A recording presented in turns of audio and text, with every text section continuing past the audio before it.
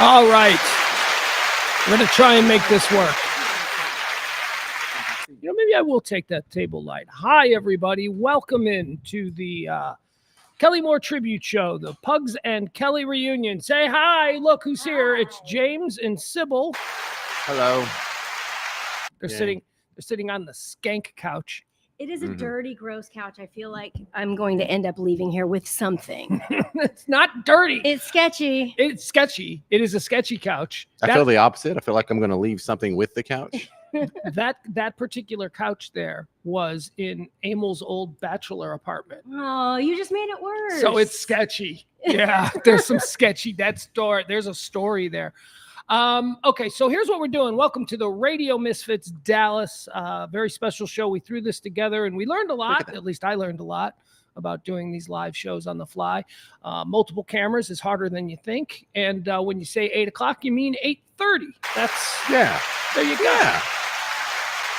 Oh, I am Pugs Moran. That is Sybil Summers. And he is James Parker. Just leave it. Is anybody drinking? We also have some friends here as well who Eric is here, the great Eric. Round of applause, morning show applause for the great Eric. Eric is now a senator from the great state of Texas, and he has assumed a different persona, and that's why he cannot come on here. I know. Everybody's so big and fancy now. You got to use the microphone. You got to use the microphone. Sybil. Except for us. Everybody's all big and fancy. Maybe that's why you don't work in radio anymore. I know. You forget about the microphone. Rub it in. A text right here. Text from Kevin, Kelly Mohr's brother. Hey. No, he's being a dick. He's being a total jerk. Thought this started at 8. We're here now. Okay, so why are we here? This is the old team. This is who I would consider Full Metal Pugs and Kelly. We also hold on. Oh my God. How do I invite more people? How did I do that? Oh my God. Hold on. I can't find. We got a lot of good talking about the gray surprises. screens over in the margin. No, the people who are waiting to talk to us. No, like you hit the button in the top right. There we go. I got them. When I say Full Metal Pugs and Kelly, we also have to include in here Cody. Hey, Cody. Hey. Dangles. Cody, where are you at these days? Where are you checking in from? We're living probably about 30 minutes southeast of Portland, Oregon. So just outside of the Portland metro area. You've been there a while now. Now, a lot of people don't know this, but Cody, everybody remembers Cody Dang-a-lang from the old Pugs and Kelly show. And you were a young hillbilly boy who came to the big city and found yourself on the Pugs and Kelly show. Now I'm just an old one, so it's fine. You said things like wrecking, and you called it the corner store. Still do on both accounts. all those things that we loved about Cody. Cody, actually, by happenstance, ended up moving down to Corpus Christi around the same time that Kelly did. So not only is Cody a full-fledged member of Pugs and Kelly original, but he's one of Kelly's closest confidants, and you became a family member living down there in Corpus Christi. You essentially you raised them kids. Tell me a little bit about your situation with Kelly, and then I want to bring in another friend. And I don't. The only reason that we're going to seem a little bit slipshod here in the beginning is because of the half-hour mistake. So we got people that we want to say hi to. But Cody, explain everybody what you were in Kelly's life, because it was truly beautiful. Well, I think I had the unique distinction of saying I've babysat every one of her kids at one point in time. From Declan McKenna to Lachlan and Quinn. It was just a very weird dynamic how it started. I was just the intern, and then the broke intern who did side stuff and fix stuff on her house for cash, for money and things like that nature. And just Kelly couldn't do anything. She couldn't do anything for herself, and for a period of time, she was flush with cash. So Cody benefited from that. She's like, "Do you know how to do this?" I'm like, "I'll figure it out. I don't know, but we'll see." And so it's just, and obviously babysitter kids, and then this, like I said, just the nature of the show and always being around one another. And it was just a weird dynamic that also happened that during that point in my life, my parents were going through a divorce. So I was, that kind of really messed me up because I didn't know how to handle it per se. And I don't know who said if it was you or actually it might have been all four of y'all. I don't remember who actually said it, but because I came to y'all for advice because I didn't know how to handle this situation. And someone said, well, we all come from broken homes, so this is how you deal with it. And so I don't know who said it, but I ended up basically staying at Kelly's house for quite a considerable time just because I didn't want to be at home dealing with everything. I posted on Facebook, I said he went from Cody the intern to Uncle Jesse. And that's really what you became to those kids.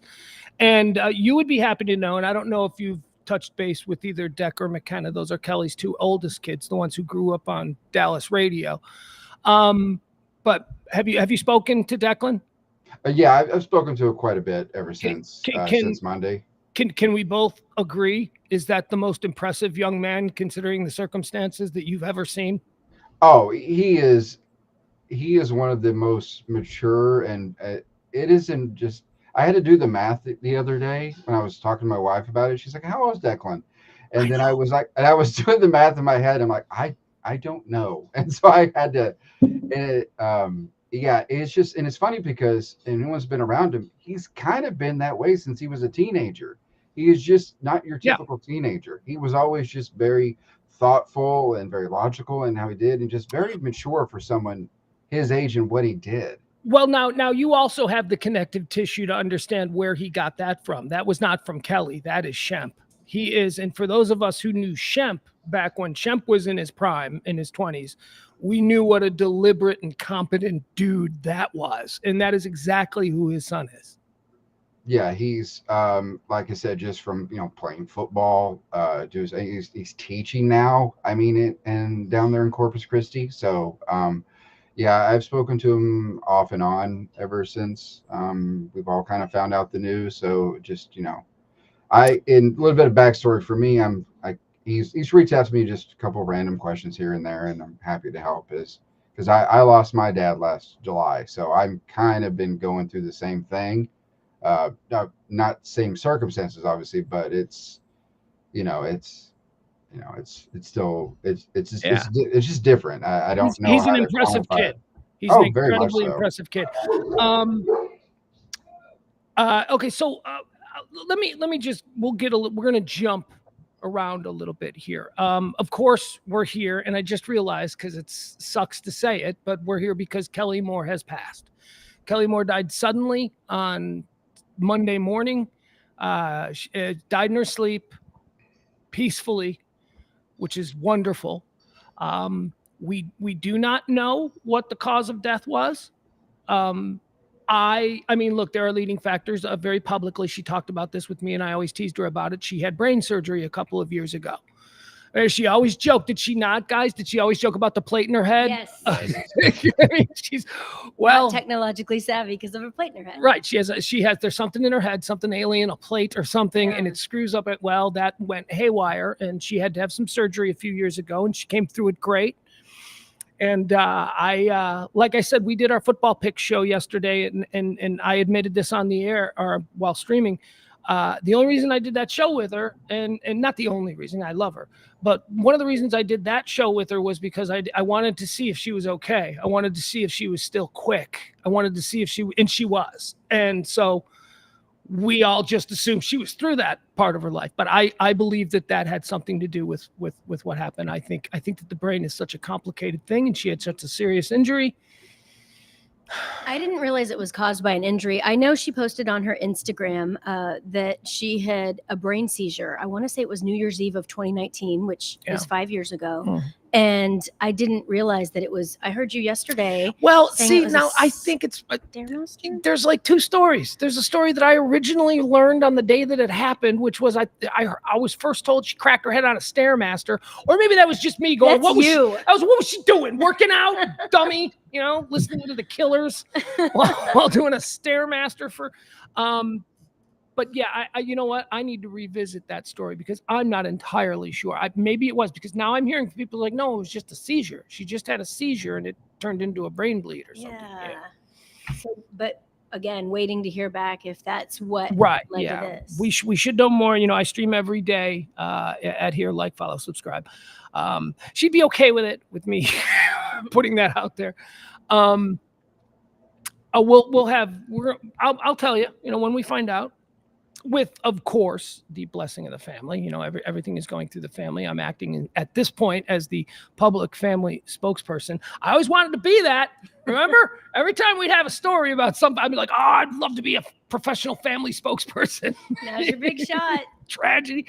So I'll be happy to convey everything that the family is comfortable with being out there, and there's nothing for them to be uncomfortable with, but we'll find out. Here's what I want to do now. And I'm going to make a drink. And this is a real thrill for me. I have told this story many times, and Kelly and I have told this story many times. Our influence is the reason that Kelly and my chemistry, and so many people have reminded me of this, and it's been wonderful to hear it from people because, I'm a self-loathing. I think I got away with a lot, and I was lucky. So people have been very kind about Kelly and my chemistry over the past couple of, and it's been very emotional to me. And the reason we had such good chemistry is because we both grew up listening to the same show and idolizing the same show. And we understood in our bones how that worked, how Steve Dahl and Gary Mohr had this chemistry, this natural ease, how they did their show. And she produced them for a period of time and worked with them and all that. So, I mean, that's why we had chemistry. We understood how it was supposed to sound. Mm-hmm.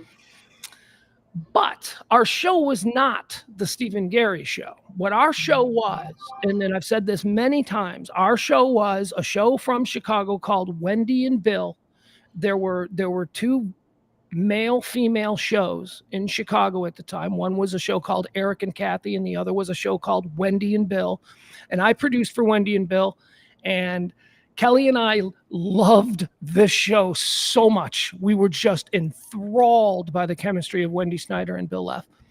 And we said to each other when we got our chance, we were like, let's be because Bill is such a choir boy. But he's one of the funniest people God ever placed on this earth. But we were like, let's be a dirty Wendy and Bill. Let's do that. Let's do their chemistry.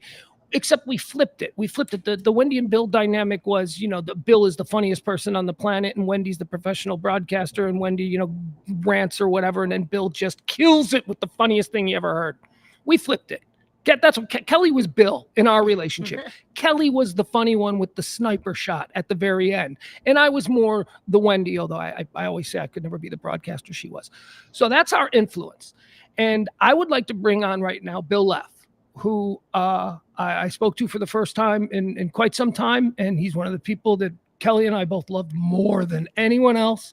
You've heard us say, the nicest guy in radio. Who is the nicest guy in radio? Yeah. And that's, although that's not a very high bar to clear. That's, James. It's not me.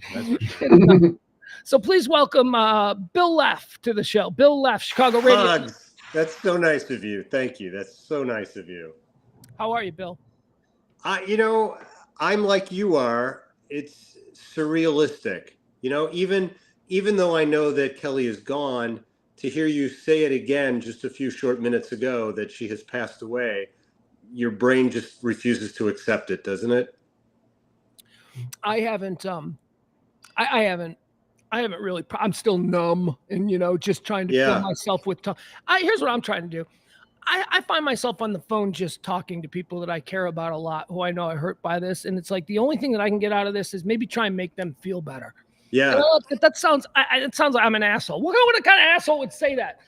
But I'm doing that because I'm not really processing yet. I'm still numb. And I feel like if I can just do that, I don't know how to explain it, but this is the worst death of my life. I mean, and I've had some, good friends pass away, but nobody like Kelly.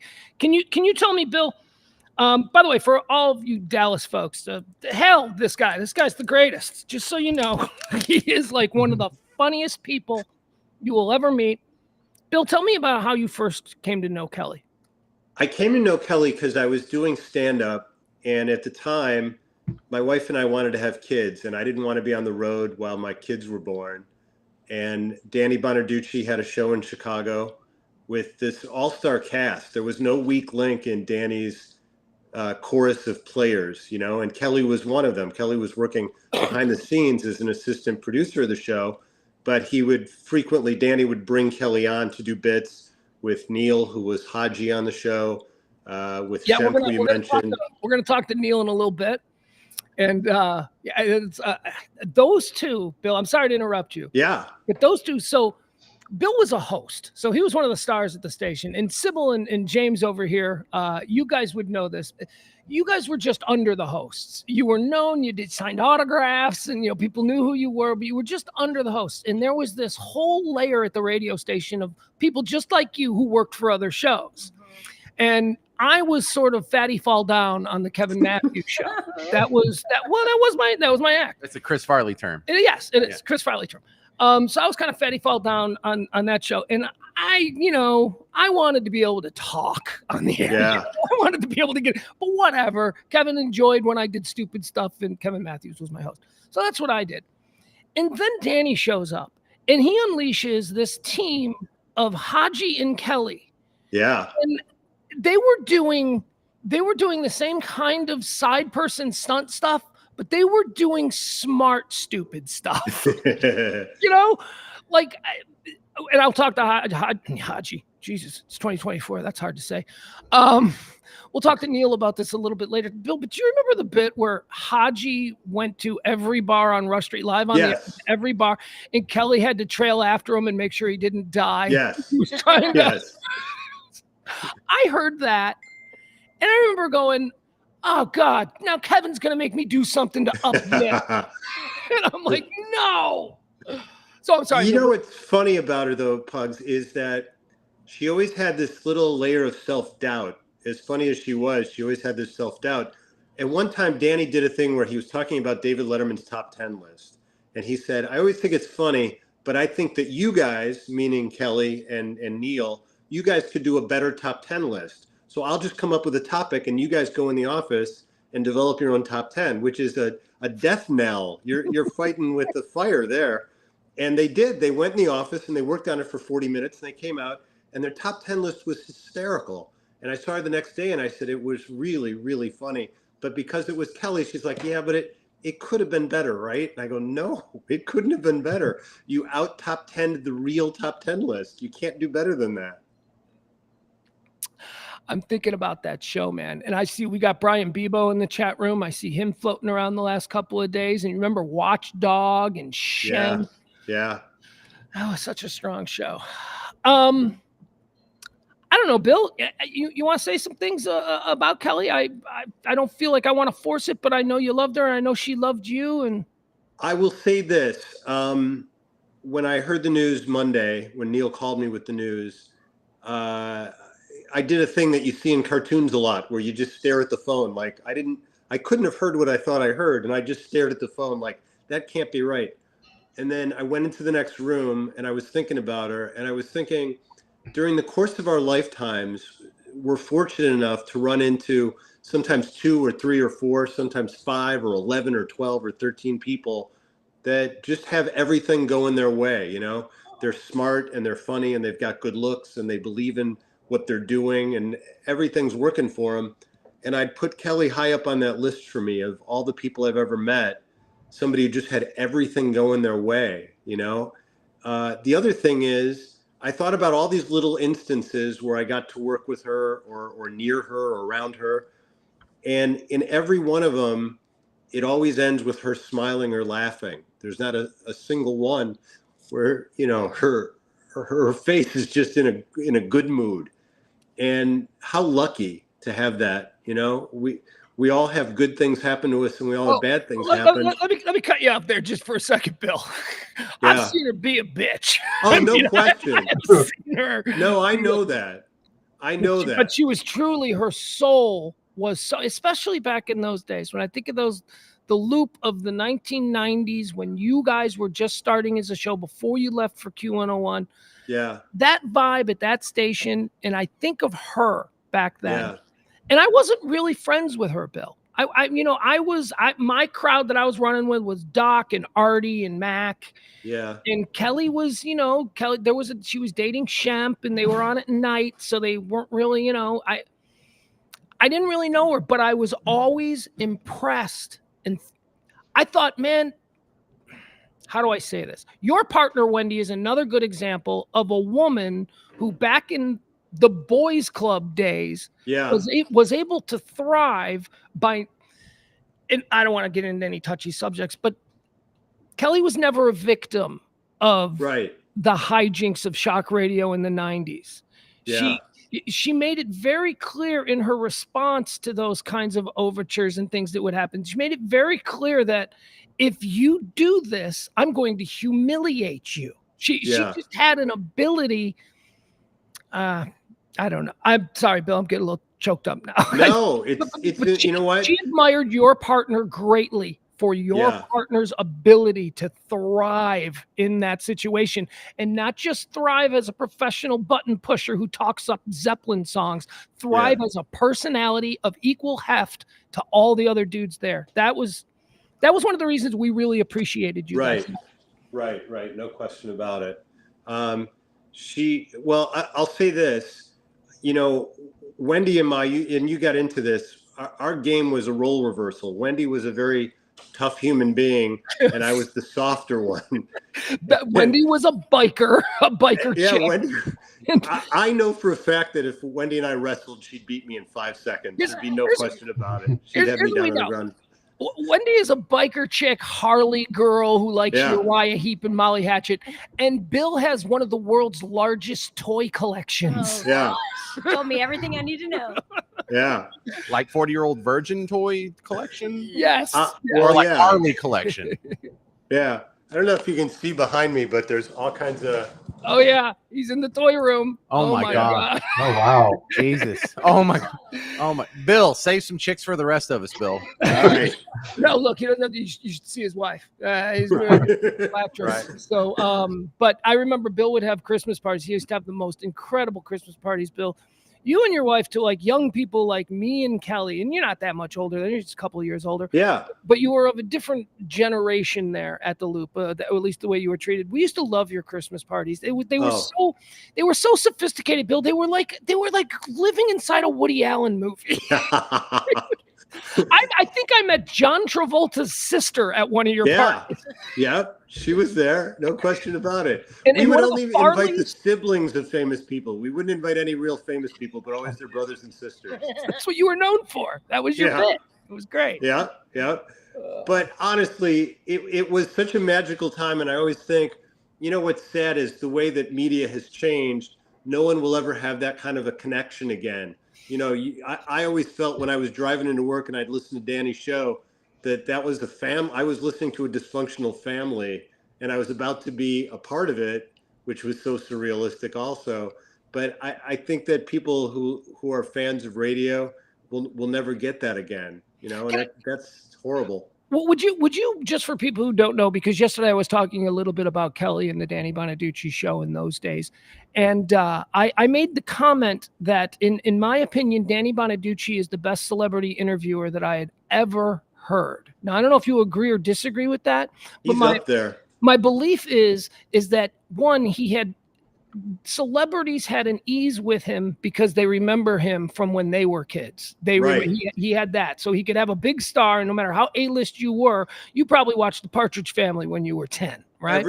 Not only did I watch it, I used to tell my friends and family, because I admired Danny's character so much, that one day he and I would work together, and my parents would go, "Wait, what?" And I go, "No, one day he and I will be friends and we'll work together. You'll see." And then it happened. Yeah, okay, so Bill, we're gonna let you go. Pugs, can I tell you a quick story about Danny that I think you'll enjoy? Oh yeah. I was on the air with him one time, and he had a question about the Partridge Family, and he didn't know the answer to it. So he goes, "You know what I'll do? I'll call Dave Madden." Dave's the guy that played Reuben Kincaid, the agent on the show, Right. So I go, "Yeah, call Dave Madden. Let's talk to Dave." Right. So he dials up Dave Madden, and another guy answers who's not Dave Madden. Uh-oh. And Danny goes, is Dave there? And the guy goes, "No, he went shopping. He'll be back in about 40 minutes. And he goes, "Who's this?" And he goes, "It's Dick Gaudier." So Dick Gaudier used to be on Get Smart. He was Jaime the Robot on Get Smart. Right, so Danny goes, "Yeah, Dick, tell Dave that I said hello and have him call me when he gets in." All right. So I'm just staring at Danny, and he goes, "What's wrong with you?" I go, "What's wrong with me? You just called Ruben Kincaid, but Ruben wasn't home. But Jaime the robot took a message for him. What's wrong with me? How can that be?" Are we I mean, I would have gone with, I just think I learned a lot about Dave Madden that I didn't know. You mean that he'd have a robot house sit for him? That's what you mean, right? Yes, that's exactly what I mean. Yeah. Bill, thank you so much. I Thank appreciate you. you coming on, and I know Kelly would really appreciate this. And give Pugs, everybody my just know, as sad as this is, and it is sad, she would not want us to be sad. She would want us to celebrate her, and I think you're doing a great job of that. No, let me tell you, this is what I love, Bill. She would hate this. Do you She think would so? hate any kind of fuss about her. She would be embarrassed. This would humiliate her. And I consider it my last act as her partner to happily humiliate her. Good, you're doing a good job, man. That's my goal here. Thank you, Bill Leff. Bye, guys. He's Bye, the Bill. best. Bye. There he goes. That's the great Bill Leff. I love that guy so much. Well, that's cool. He is really such a great. Is he still on the air? Well, you know what? Here's what we need to do. We should ask Hodge. We could ask Bill Leff We could ask. Where is if we'd have thought of it 4 seconds ago. Darn gone? it. I think Bill might be retired. I think that you know who Bill Leff is. This is when I first met him. This is what blew me away. I was like, no way. So you guys know I'm a baseball freak, right? Right. So I love baseball, and one of my favorite movies was Major League. You know, Major League with Willie Mays and all that stuff. So there were these characters in that movie. They weren't stars of the movie, but they were recurring character. They were the fans in the stands who were dressed like Indians, and as the season went by, they like had different scenes where they were like, "Argh." Bill Leff was one of those fans.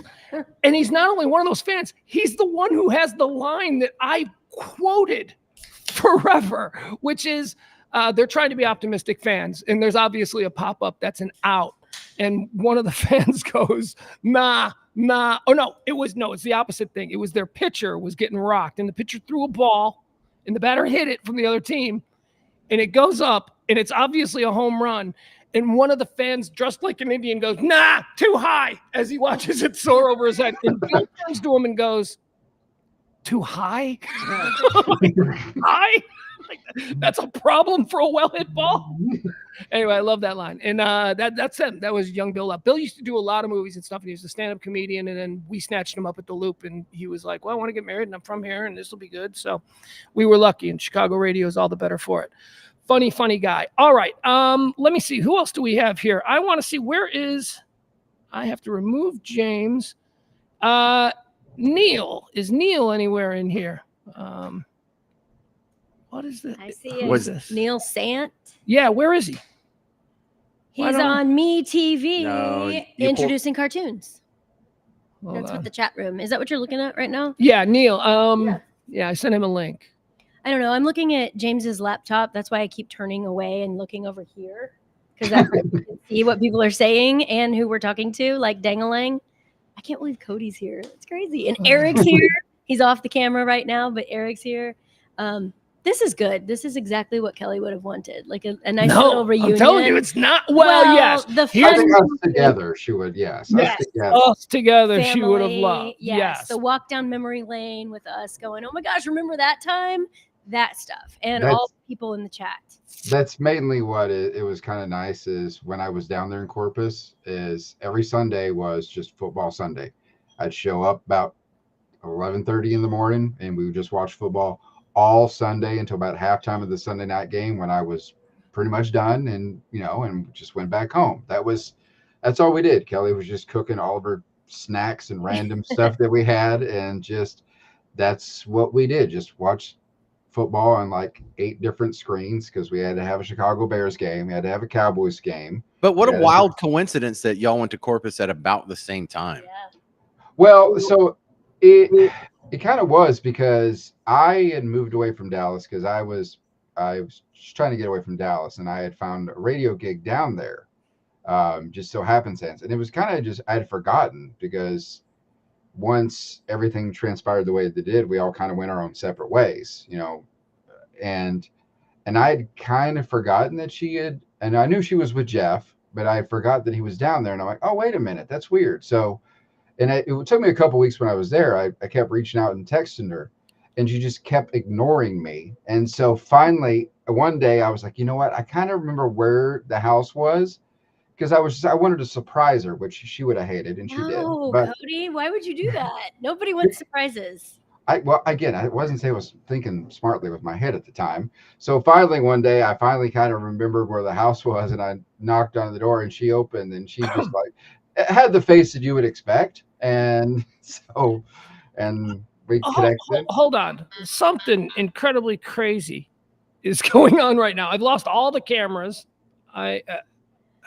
I hear Cody, but Cody is not On the screen. on the screen. Yeah, I don't have any Chat room's control over him. not- Well, I just rebooted, or I not rebooted, but refreshed. Well, we're still on, I think. I mean, we can all hear. Oh, yeah, let's see. Oh, now we are back to normal. That is good. Oh, okay. Welcome back. We got an echo. We We do. sure do. Hold on. So, We're doing great. It's the Friday the 13th. this is going great. Remember that old Pugs drop? I have no idea what just happened here. You rebooted and it Uh, double reverse synced all of our cameras. one, Double two, reverse. three. Hold on, guys. Stick with it. We got more shit. Just have Is an the issue. commercial break? Like I can go pee. You can go. Yeah, go. BRB. Oh, it is. Yeah, so I think that one needs to be turned down. This one. That's the one we.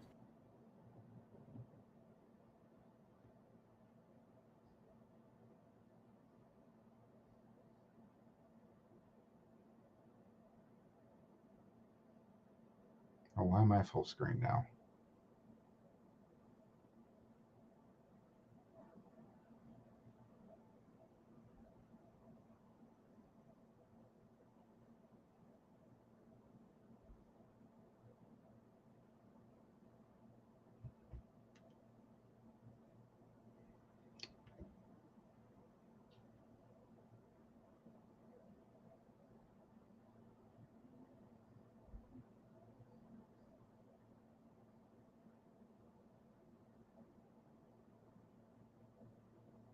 Awkward.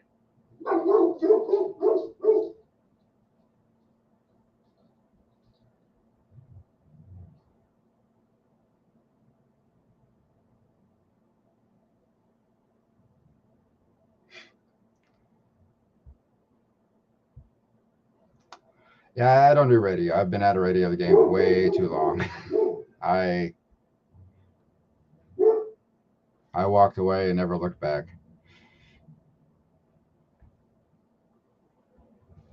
Oh, you can hear that? The horse in the background? Yeah, that would be one of our dogs, Scout, who is a Great Pyrenees, so the size of a small horse. So I apologize if you can hear him in the background. Look again. 1 2 1 2. Yeah, you need to come over and help. Fine. We got to do this without. Here's the trick: without losing Neil. See, I don't know what this is. Oh, is that you? Yes, that's you. There's Cody.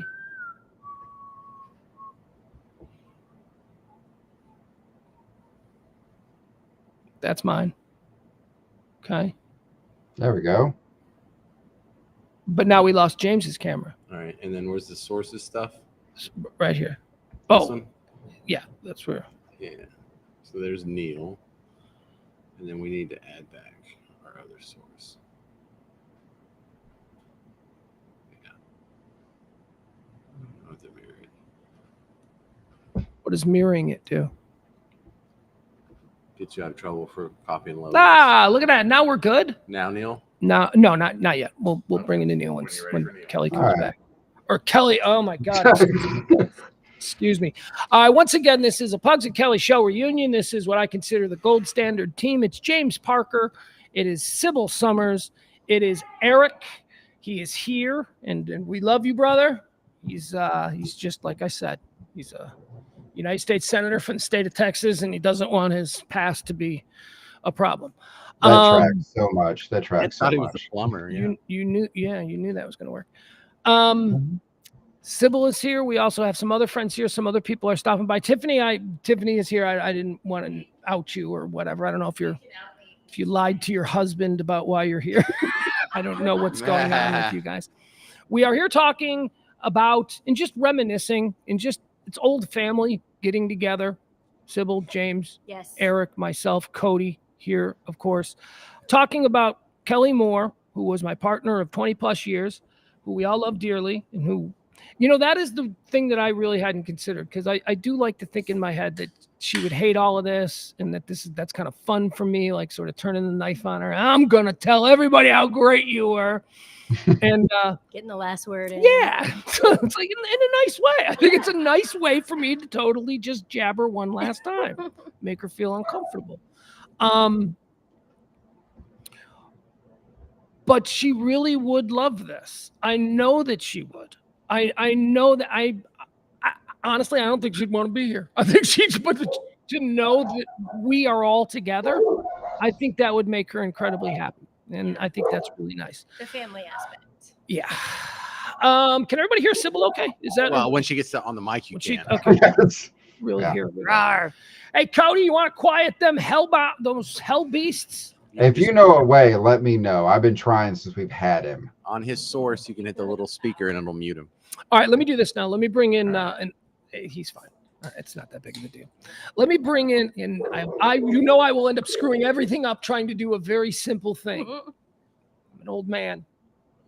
By the way, I do need to thank April. April, who is the producer of the live stream every day. April dropped this off. It is some Jameson Black Barrel, and That's a large bottle. yeah, this is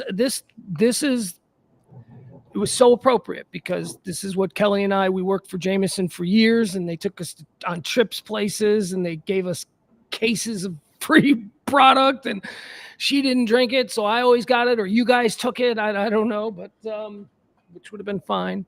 But it's just so appropriate that I'm drinking some Jameson and ginger. I got some Jameson and ginger ale. Nice. Now that's a weird drink that like you never see in this country. But when we went to Ireland with Jameson, that was like the drink that we had probably 12 a day, just endless Jameson and gingers. And we used to always talk about how that's really good. We should drink that back in America. That's a cool European drink. And we're like, yeah, we should do that. We never did that. we never remembered it. So anyway, so that's what I'm drinking. James, you're having a beer, and Sybil, what do you got there? Crack cocaine? I can't. It's crack cocaine mixed with White Claw. Very good. Okay. So thank you to April for providing me my libation. All right, we just talked to Bill Leff, who is another old loving friend of Kelly from back in Chicago, and we made mention of Neil Sant, who is he was Pugs before there was a Pugs, as far as Kelly goes, because it was his name at the time in the 90s was Haji, and it was Haji and Kelly. And as I told Bill, those guys used to go out and do things that used to drive me insane, because Haji was willing to do anything. You want to talk about somebody who had no shame? This dude had no shame, and he was willing to do whatever. And Kelly was always the one that was there responsibly to make sure that, By the way, outside world, that's a compliment for radio people. You have no shame. Yeah. There you go. But they were a duo, and I used to always see the things that Haji would do. Neil, excuse me. We're fine. What he would do. And I would think to myself, as I said to Bill, oh my God, Kevin's going to demand that I find something that is crazier than that, or something that is worse than that. And I wanted to bring him in. Let's bring him in. Neil Sant. He is the original partner of Kelly Mohr. Hi, Neil. How are you, buddy? I'm doing great. And thank you for having me. And Pugs, first and foremost, love you, brother. And I'm so sorry for your loss. I know you're one of the closest people on the planet to her. And I can, as sad as I am, I can only fathom how sad you must be. But this is a wonderful tribute too. So cathartic, I guess. Well, thank you, man. And I know it's a big loss for you too. I mean, I know how close you guys were. What would you say you were? How would you describe you guys? Partners? What would you be? Well, yeah. You've described in yesterday's rant, kind of the way that the loop worked, where a number of us started as interns and then got hired as producers, and that was an all-encompassing word in terms of what we did, from kind of administrative stuff to booking guests to crazy crap on the street, and going out and doing bar appearances and stand up and everything. And so Kelly was this amazing creative mind, unlike anyone else, as you all well know, including you and the beard with the classified documents behind you. I don't know what that's about. That's Cody. Cody's living up in a cabin in the woods in the Pacific Northwest somewhere. Of course, right. Anyway, so yeah, I posted something, a memory of hers. Like I always said she was the original Liz Lemon, and I said this to her, and she kind of snickered at it. But Liz Lemon from 30 Rock, Tina Fey's character, she had a bunch of unique phrasings, and my favorite one was, "I want to go to there," and that was totally a Kellyism. That's something Kelly would say, and if you break it down, it does make grammatical sense, but it's such a weird way to say it, and that's Kelly.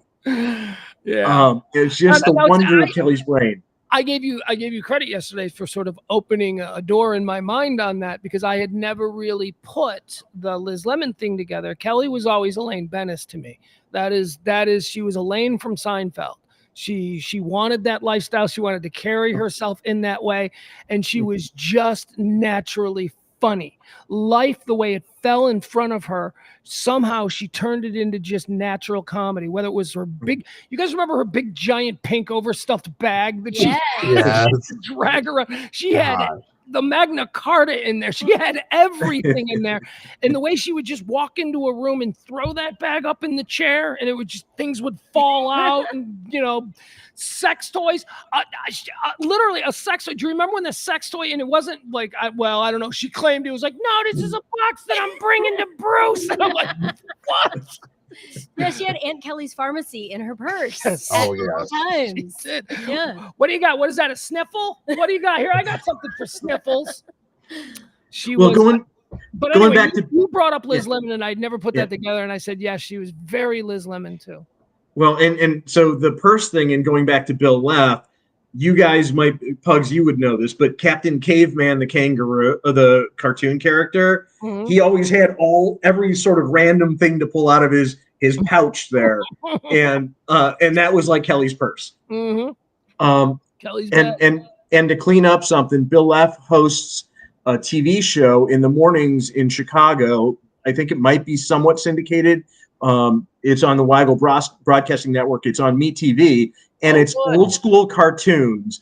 And there's like a talking fish that Bill interacts with, and it's like 100% Bill. It's so wonderful. It's Pee-wee's Playhouse. It's Bill Leff doing his It's very much that. Playhouse. It's very much that. Great. Oh, it's so natural for him.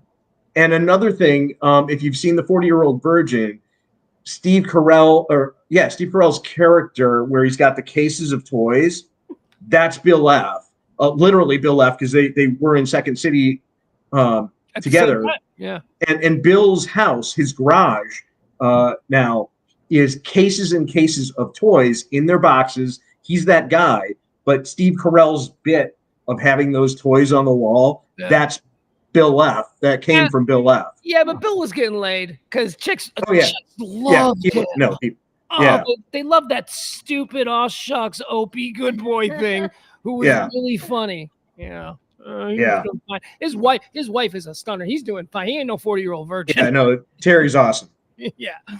So tell me a little bit, just talk a little bit about Kelly. I know you got things you want to say, and I just want to open the floor to you, someone who knew her as you knew her Yeah. at the origin stage. You know the origin story. Tell me about how she came into the station. Were you there first? Was she there first? How did that work?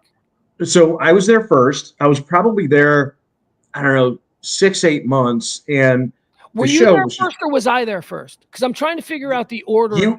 you were there slightly before me, like maybe a month or two before me. Did you working come on Kevin. into Mitch as well?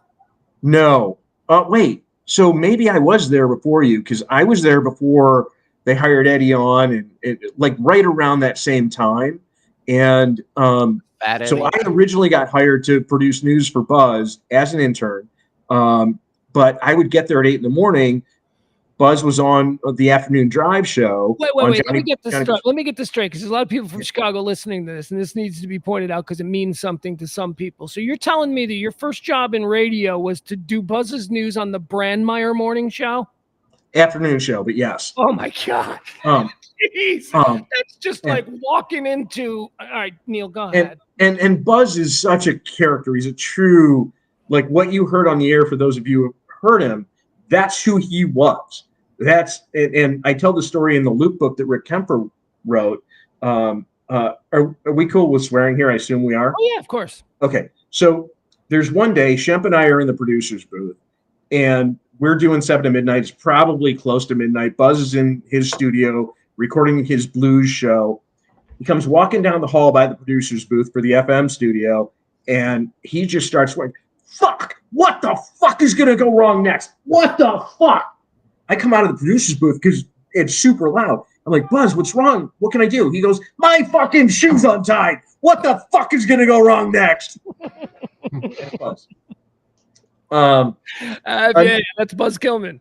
Another great. Wait, I got the first thing Buzz ever said to me, and we became friendly, but the very first thing Buzz ever said to me was, I was leaning against the hallway outside the studio. The Brandmeier show was ending. Buzz was coming out. He was passing me, and I was having a conversation with Doc, and I was talking about the film that had just been released, The Basketball Diaries. Do you remember this Leonardo DiCaprio film? Young Leo. Okay. It's the Jim Carroll story. And Buzz had never said a word to me yet. And I'm talking to Doc. I'm like, "Doc, this movie is so good. It's about this guy, Jim Carroll. And I've never heard of Jim Carroll." And I said that as Buzz was walking by. Buzz stops, looks me dead in the eye, and goes, "That's because you're an illiterate jackass." And walked away. I was like, "Buzz Kilman, talk to me." That's all I took from it. Yeah. Okay. So one more great Buzz story is, and again, the Danny show was 7 to midnight. Is Buzz still alive? What's that? Is Buzz still alive? Yeah. In fact, Kilman outlived Kelly Mohr. Yeah. Who had that in your bingo? He's in his probably mid or upper 70s, like under 10% body fat, and can do handstand push-ups. Is he still gigging every night with like the best blues bands in the world? He's not gigging as much anymore, but he's promoting he does a kettlebell workout, and he's written a book on bad movies that he wants to work on. But he and I were texting last week. He texts, which is weird. So we're talking with Neil Son, who was Kelly's former I Got Radio co-combatant. They were both producers of the Danny Bonaducci show. So again, tell me about your working relationship with her, and tell me about. Sure. You also are going to have to tell us all how Danny's doing, because we know that he had some touch and go moments recently. Yeah, well, and he asked me to share some sentiments on his behalf. He wasn't able to make it tonight, but he's doing great. And so let me start there, and then I'll go to the backstory. So as you mentioned, Danny had some pretty scary health concerns for about 2 years, and they weren't sure if he had a stroke, if he had some sort of brain disease, if he was getting dementia that got super fast onset. Like he was dizzy, he was slurring, he couldn't put together sentences, words weren't like making sense that he was saying, and so they tried to figure out what he had, and they were struggling. Now, getting into a neurologist is a very difficult thing. If you walked in with a serious injury right now, it could be 6 months before you got to see a neurologist. So after it started becoming public that Danny was sick, Kelly and I were texting fairly frequently, and she's like, "What can I do? How can I help? I really want to do something." And so I'm just updating her on what was going on. And Danny and I are very close still. We text multiple times a week and stay in touch. Anyway, so Kelly says, "Look, my father-in-law, her ex's dad, was a prominent newscaster and a news anchor in Seattle, where Danny was living. And she said, what if I asked him if he's got connections to the neurologist that Danny wants to see, the best one in Seattle?" And I'm like, absolutely, that would be wonderful. So she makes the call, and it works out. Danny gets in like a week and a half, and like you can kind of say she saved his life, because that's the doctor that made the diagnosis that was correct for what Danny had, and then assigned the treatment. He had neurocephalus. You can make the dick joke, and it's basically water on the brain. They put in a shunt. It drains. He's doing fine. Can I just say, Kelly and I, Kelly kept me up to date on the Danny thing all the time. Whenever she got news, she would call me and she'd be like, "Okay, I got Danny update." I'm like, "Okay, give it to me." She never once mentioned that. She never once mentioned that she was working with you and was hooking him up. Because I know who Jeff's dad is. That was Kelly's husband at the time. Mm-hmm. That's, she didn't think anything of it. It wasn't something that she would think to tell anybody, because it's just something that came natural to her to do, and it quite possibly may have saved someone's life. Well, and so Danny doesn't even know that story fully because he was so out of it when that was happening.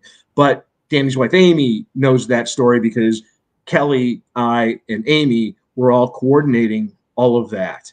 But he now knows the broad strokes of that story and is forever grateful.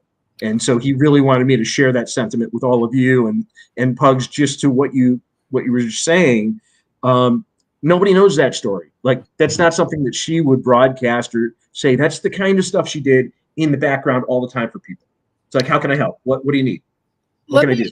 Let me tell you a story about her that I started to tell James Parker, who's up and moving around right now. James Parker hosts afternoons here in Dallas on WBAP 93.3 FM. And I do a weekly hit with him. And James, I started to tell this story. You'll appreciate this, Neil, because this is so quintessentially Kelly. So we used to do this dodgeball tournament. And it was quite successful. It was really a feather in our cap, and we were very proud of it, right? So we're at this dodgeball tournament, and Kelly shows up, and she's got like 5 guys with her. And I look at these guys, and they are all Hispanic gentlemen, and they're all dressed in, t-shirts and like cargo shorts, and they're, they look like maybe they're working all day.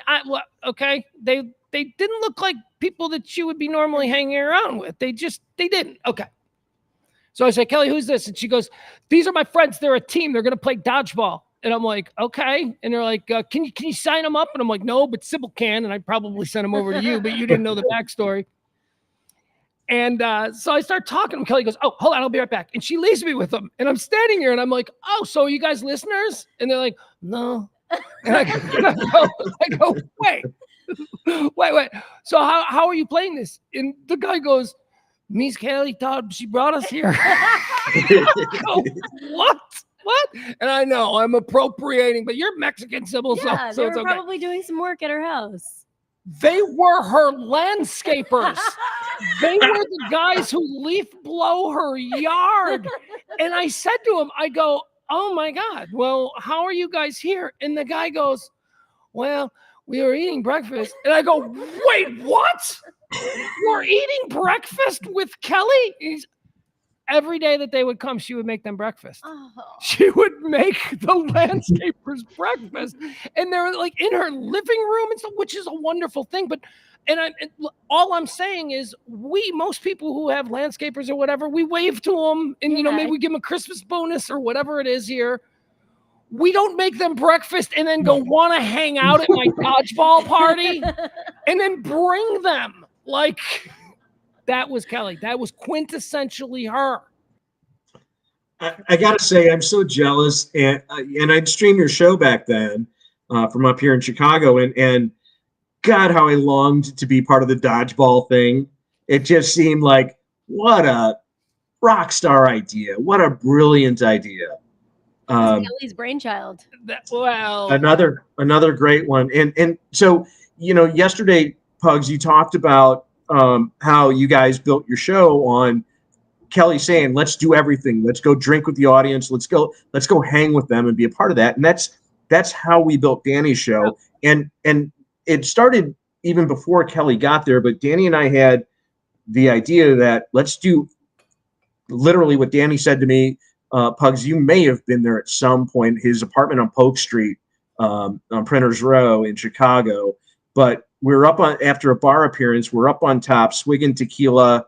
Cuervo out of a bottle, looking out at the city, and he's got his shirt off, and he says to me, "You do your thing, I'll do my thing, and together we're going to own this town." And it was work harder and smarter than anyone else is willing to do. And so the sales folks, we were like yes to everything. There was never a no. And so every bar appearance, every new advertiser say hello to, yes. And so, like, Danny and I went to some car dealer's kid's birthday party with a pizza. We on a weekend. It's like, yes. And so when Kelly came in, I don't know, 6-8 months later, she was 100% that person without anyone ever having to say, "Here's what we do." And she was just dialed in completely. But also, as you guys, longtime fans of Stephen Gary, as was I. It's what made me want to get into radio. She just got it and clicked with Danny, and then she also brought this unique Liz Lemon, Elaine voice to it. Let me ask you something about that. You guys know you've probably Sybil and James, who of course core members of the Pugs and Kelly family. You guys have heard the stories about when Kelly worked with Danny, but I want Neil to sort of explain something, because Neil and Kelly had an additional responsibility that you guys never had with me or with Kelly. And it was the role of cop. Danny Bonaducci, for those of you too young to remember, in the 80s and in the early 90s and whatever, Danny was a bit of a character, and he was a national tabloid character. It was the station in Chicago that took him off the tabloids and went, "We'd like to blow people's minds with what you really are." And that's exactly what he did in Chicago, because he was a punchline. He was the kid from the Partridge Family who got caught fighting a prostitute again. It's that whole thing. And he came on, and he was incredibly smart, and he was incredibly disciplined and dialed in, and everybody was watching him because he was dare I say it, he was a fuck up. And so they had money invested in him. He came through. He made a lot of money for that station. He turned himself into a legitimate radio Hall of Famer. He will be in the Radio Hall of Fame with all of the places that he has been. But a lot of that is due to that additional responsibility that Neil and Kelly had, the role of cop. Can you tell us about how you two worked together to keep Danny from getting arrested? Or I told this story yesterday. I told the story about at the China Club, but I want you to tell more. I'm at the China Club. I'm talking with Artie Kennedy, who was another one of us guys. I'm talking with Artie Kennedy in the basement of the China Club. It's a VIP room. And Kelly comes running up to us furiously, and she goes, "Where is Danny? Have you seen Danny? I lost him." Now, first of all, that's a funny sentence because it suggests that he was trying to lose his tail, which is such a weird thing. And we're like, Artie and I are like, "Well, you don't know where he is." And then she goes running off.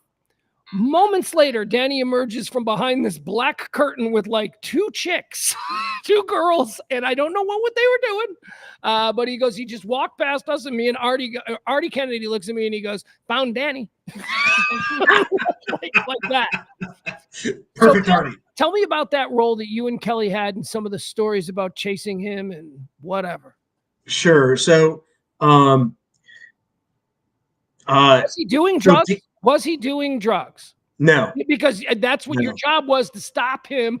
Anybody who knows the story of John Belushi, there was a character named Smokey who was hired by the movie companies to make sure that John Belushi didn't do drugs. And I do. There was a great suspicion that Danny would do drugs because he was believed to be.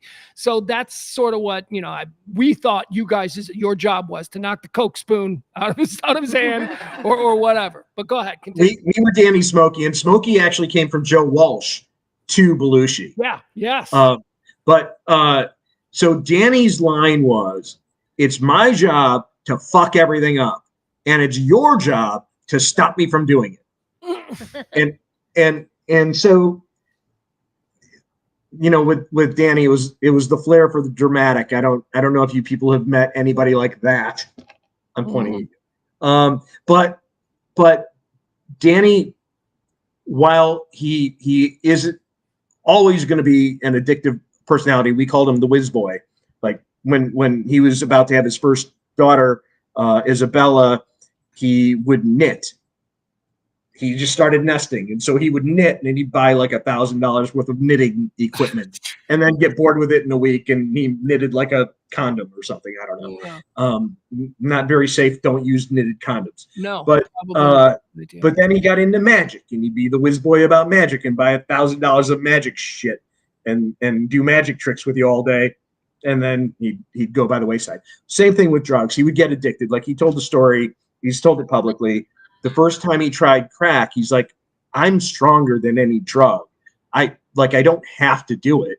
I just like doing it." But he said with crack, the first hit that he inhaled, he's like, "Oh, I want more of this. I can't stop." He's like, that was the only thing that got him really addicted. But he had serious bouts of stuff, and it's in his books and all of that. Yeah, I mean, it's all public. It's not like people are going, "What? Danny Bonaducci? Huh?" Yeah, I'm not talking out of school. But so what we had to do was make sure he behaved. Not necessarily just stopping him from drugs, but stopping him from doing anything silly. And it was almost like an obligation to get hammered at every bar appearance. Everybody's buying you shots, and everybody wanted you to be drunk.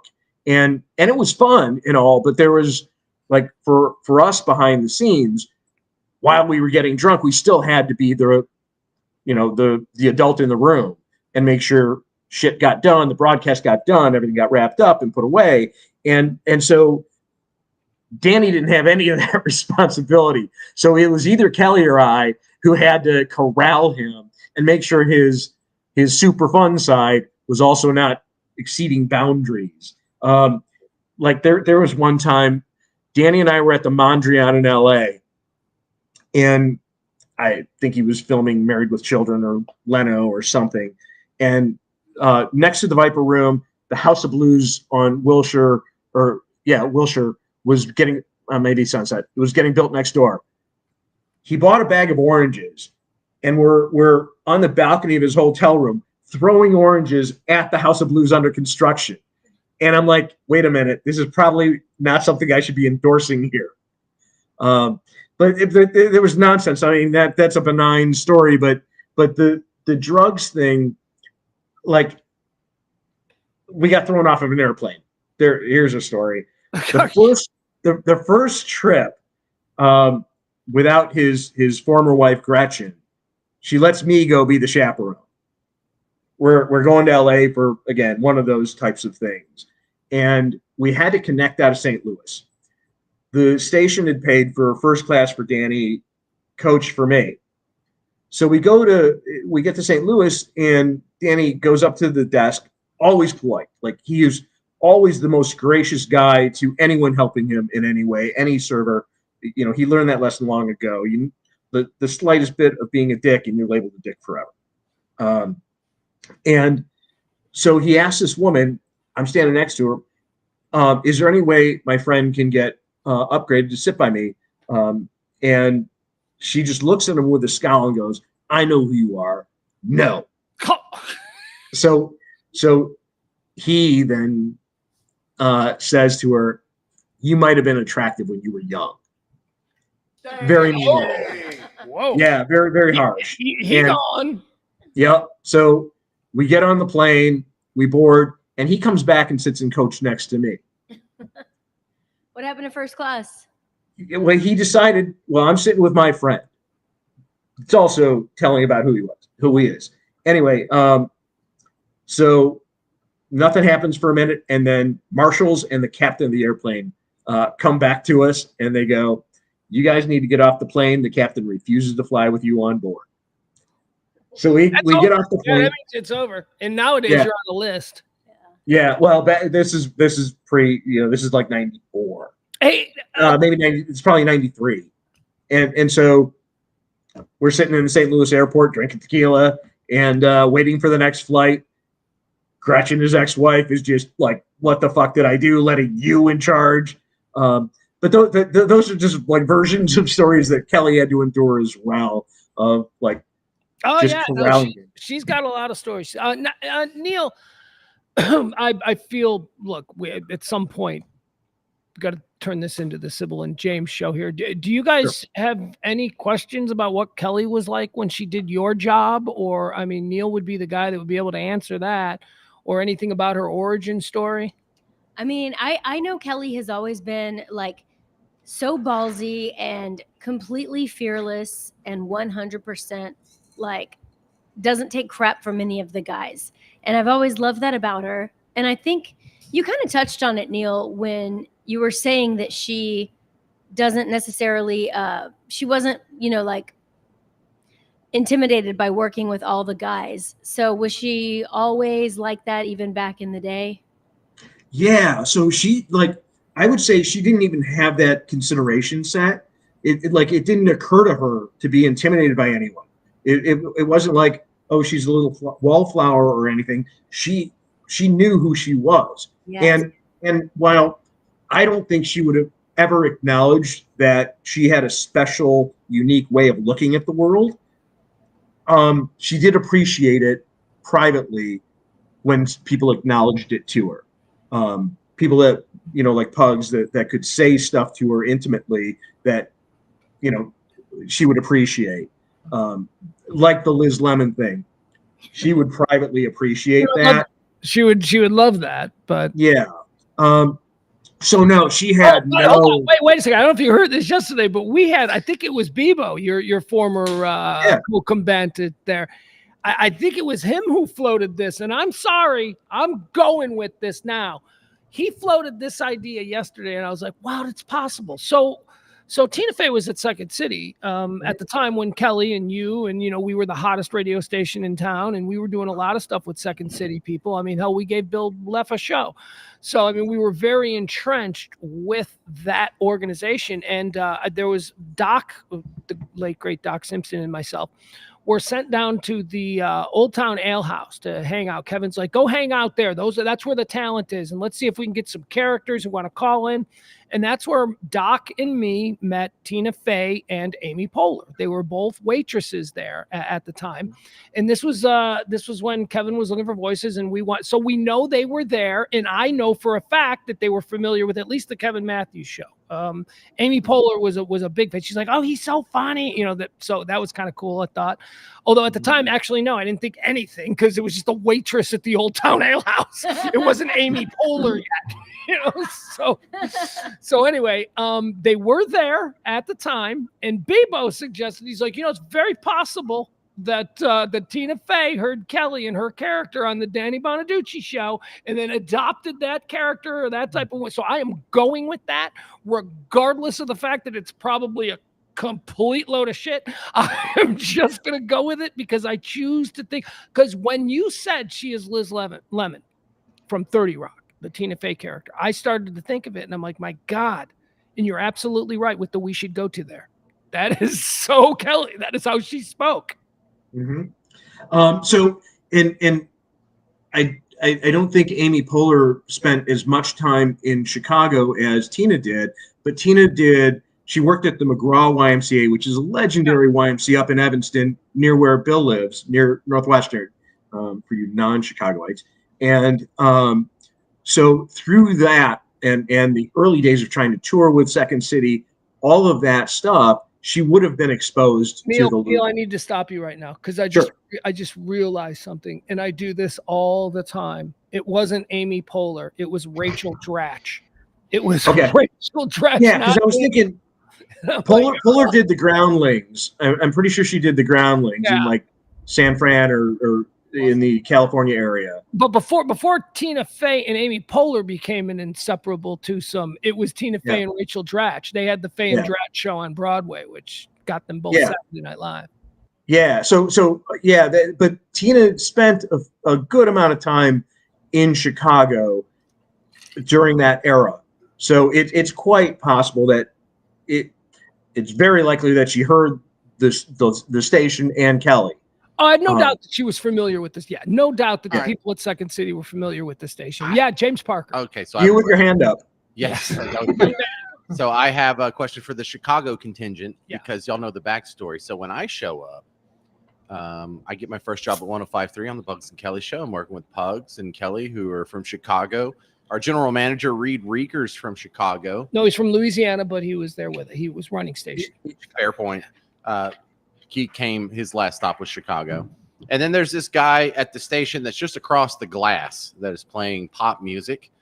He's a reliable producer over there. His name's Shemp, and he's also from Chicago. Oh, and he's married to Kelly, but they're not really enthusiastic about the marriage. They have a couple of kids, but they're not really dating.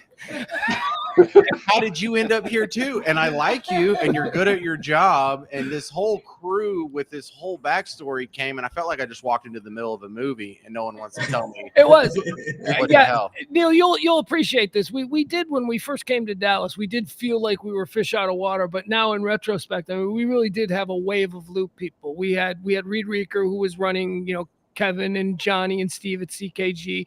We had Shemp, we had me and Kelly. So now that I think when James put it that way, I'm like, yeah, we did. We had a nice little mafia that we were. Yeah.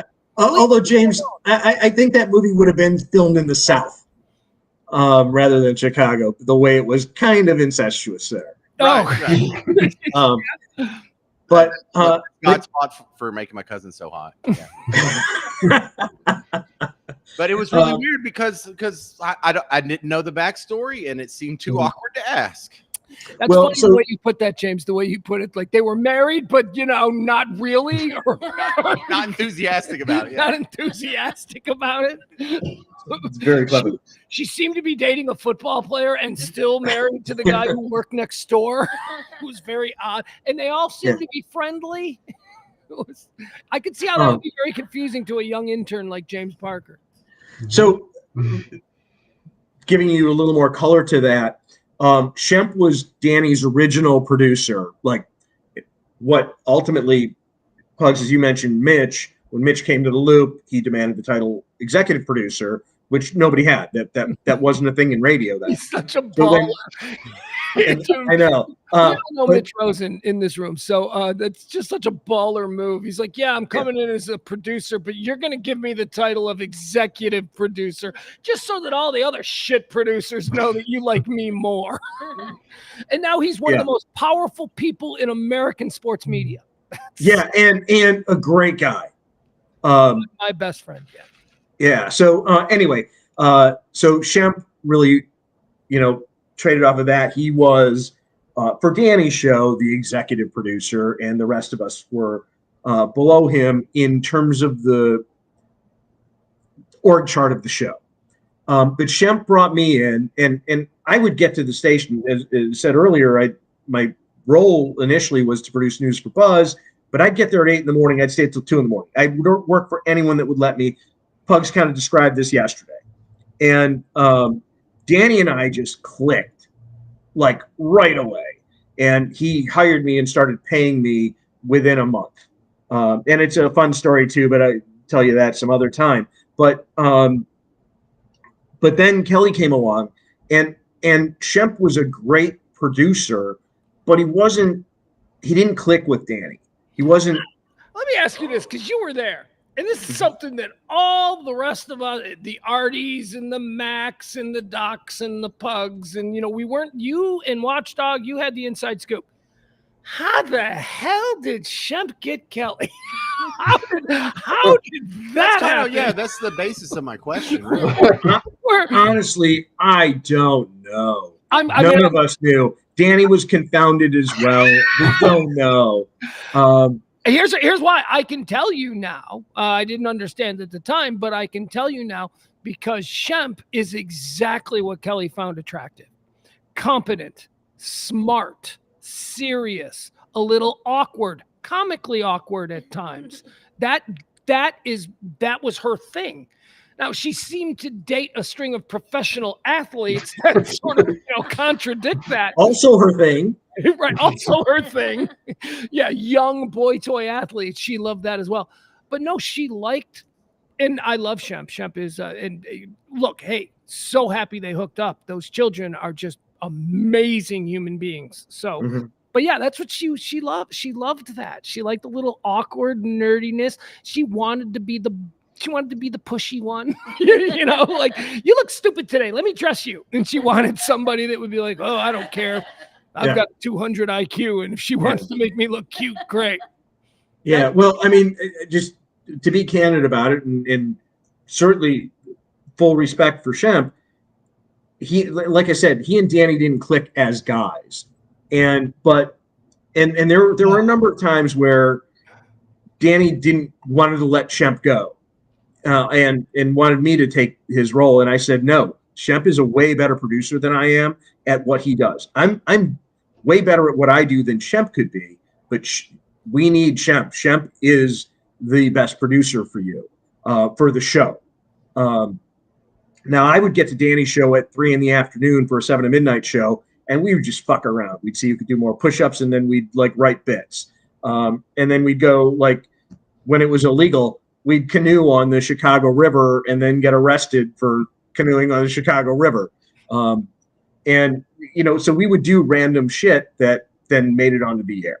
Do you know, can I just tell you guys, hold on, I want to man, this is how insane we were back then. Let me tell Sybil and James a bit that was Danny's most popular bit. And I say this as a listener who would be like, oh, when are they doing that again? And this is something you try and get this. I know the story. I know where you're going. You know where I'm going. You try and get this done. So the John Hancock building, one of the tallest buildings in the world, has an elevated skyscraper parking garage. And the parking garage has this incredibly cool spindle driveway. And you go up you're like on the 15th floor of a building. You're in your car and you're like, oh, we're getting higher. It's like so cool. And look, it's not original. There's other ones like this, but it's very unique and cool to that building. And scary. And scary as because it's narrow.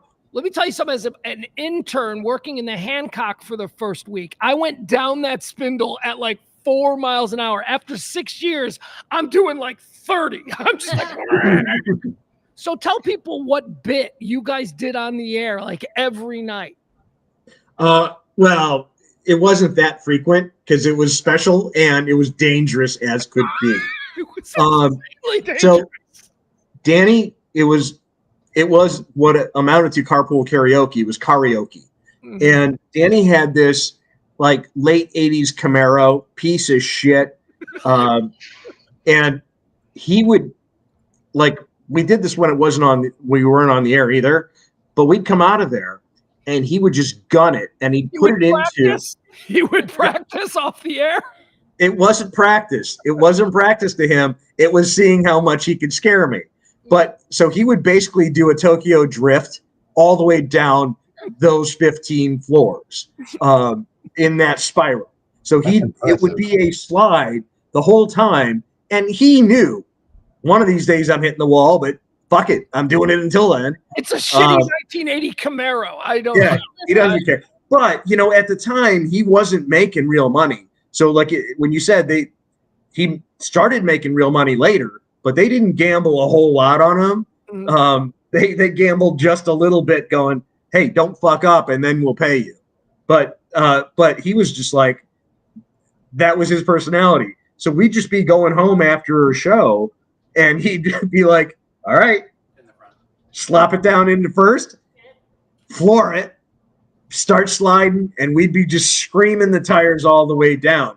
But that turned into a bit where he would get a listener to come up, and the deal was, What? if you could not scream and cry, by the time he gets to the bottom, you won a prize. And So, let me just explain this bit. So there's this incredibly dangerous car involved thing that's highly illegal and definitely not. Danny would get a listener, put a listener in the passenger seat, and then go down this spindle as quickly as he could. And if they didn't try and I mean, how many times were you able to do that? That was the greatest, most, because I knew it was real. That's the other thing about our like station. An insurance nightmare. I know. Now you might hear that on other stations and it would be faked, but I knew it was real. And my God. His own little like Danny coaster. I love it. that's a great name. That's a great name. Oh, no, it Neil. was. Oh, Neil. Sybil that's Sybil's thing. Danny comes up, or Sybil comes up with names. We would always say, Kelly and I would have a bit, and then Kelly would go, "All right, we got to get this to Sybil. Sybil's got to name it." That's so cool. Think tank. Yeah, no. So he would do that, and another thing about the loop was it was all real. We didn't make shit up. We didn't fake stuff. We did it. That's why we have no respect for Mancow. So It's true. where I'm going, that guy would at the end of every show, thank you to David Letterman for being on. Thanks to Tom Brokaw. They weren't on his show. And then he would have writers come in, like, saying just all kinds of crazy stuff, that to be shocking, but not real. And it's just sad, disappointing. But that was the antithesis of what the loop was. We did shit and then turned into entertaining radio. Neil, I know you need to get out of here. You're a very important businessman, and I just wanted to thank you for the time you spent with us tonight talking about Kelly Mohr. Neil Sant from the old Danny Bonaducci show, and someone who I know that Kelly loved absolutely dearly. Love you, brother. Thank you. Appreciate it. All Cheers. right, there he goes. Sybil, I feel really bad because we've been talking to people this whole time, and we haven't really gotten. How are you? We're supposed to. How are you doing with this? As we all sit here, we haven't talked about this at all yet. know. Cody mentioned it a little bit. Mhm. Tell me about how you heard, and did I tell you? You did, yeah. Okay. Yeah, you told me Monday morning, and you reached out to me and Lacey at the same time, Lacey G. Well, we have our dead animal mega thread. Yes. For some reason, Sybil, Lacey, and me, we have a thread on text, and whenever we see a dead animal, I don't know, I'm compelled to send a picture of it. Why are we doing this? Okay, so the backstory What is this? is because when we were filling in at The Freak? Yes, Mhm. R.I.P. the Freak. But we had, I came in one day and I said, it's really weird. I keep seeing all these dead animals everywhere, squirrels and everything else. And Lacey said, yeah, like when we used to play with them as kids, whenever we would stop dead in our track. Like, what? Who played with dead animals as a kid? Like when you find one on the side of the road and you just bring it home and you pretend like it was one of your dolls. No, Lacey, we have no idea what you're talking about. And you dress it up, do its little hair, make it all cool. Make a little marionette statue. Yeah. Even Dangling, Cody, who's also on right now, was like, yeah, that doesn't seem right. Nobody played with that. Serial killers. I know. But now Pugs is obsessed with it. And so every time he texts me and Lacey, he has to say something about dead animals. And I'm like, I don't want to hear about it. Well, I walk my dog a lot and I see a lot of dead squirrels and birds, and I like to take pictures of them and I send them to our little group text. And, I say like, hey, Lacey, what would you do with this one? There's a little pirate. Put a little pirate outfit on him. She has her grand plans. But yeah, so when you reached out to me, I'm with you, Pugs. I haven't quite processed it yet. Like, I'm still kind of thinking, this is new and fresh, and it hasn't hit.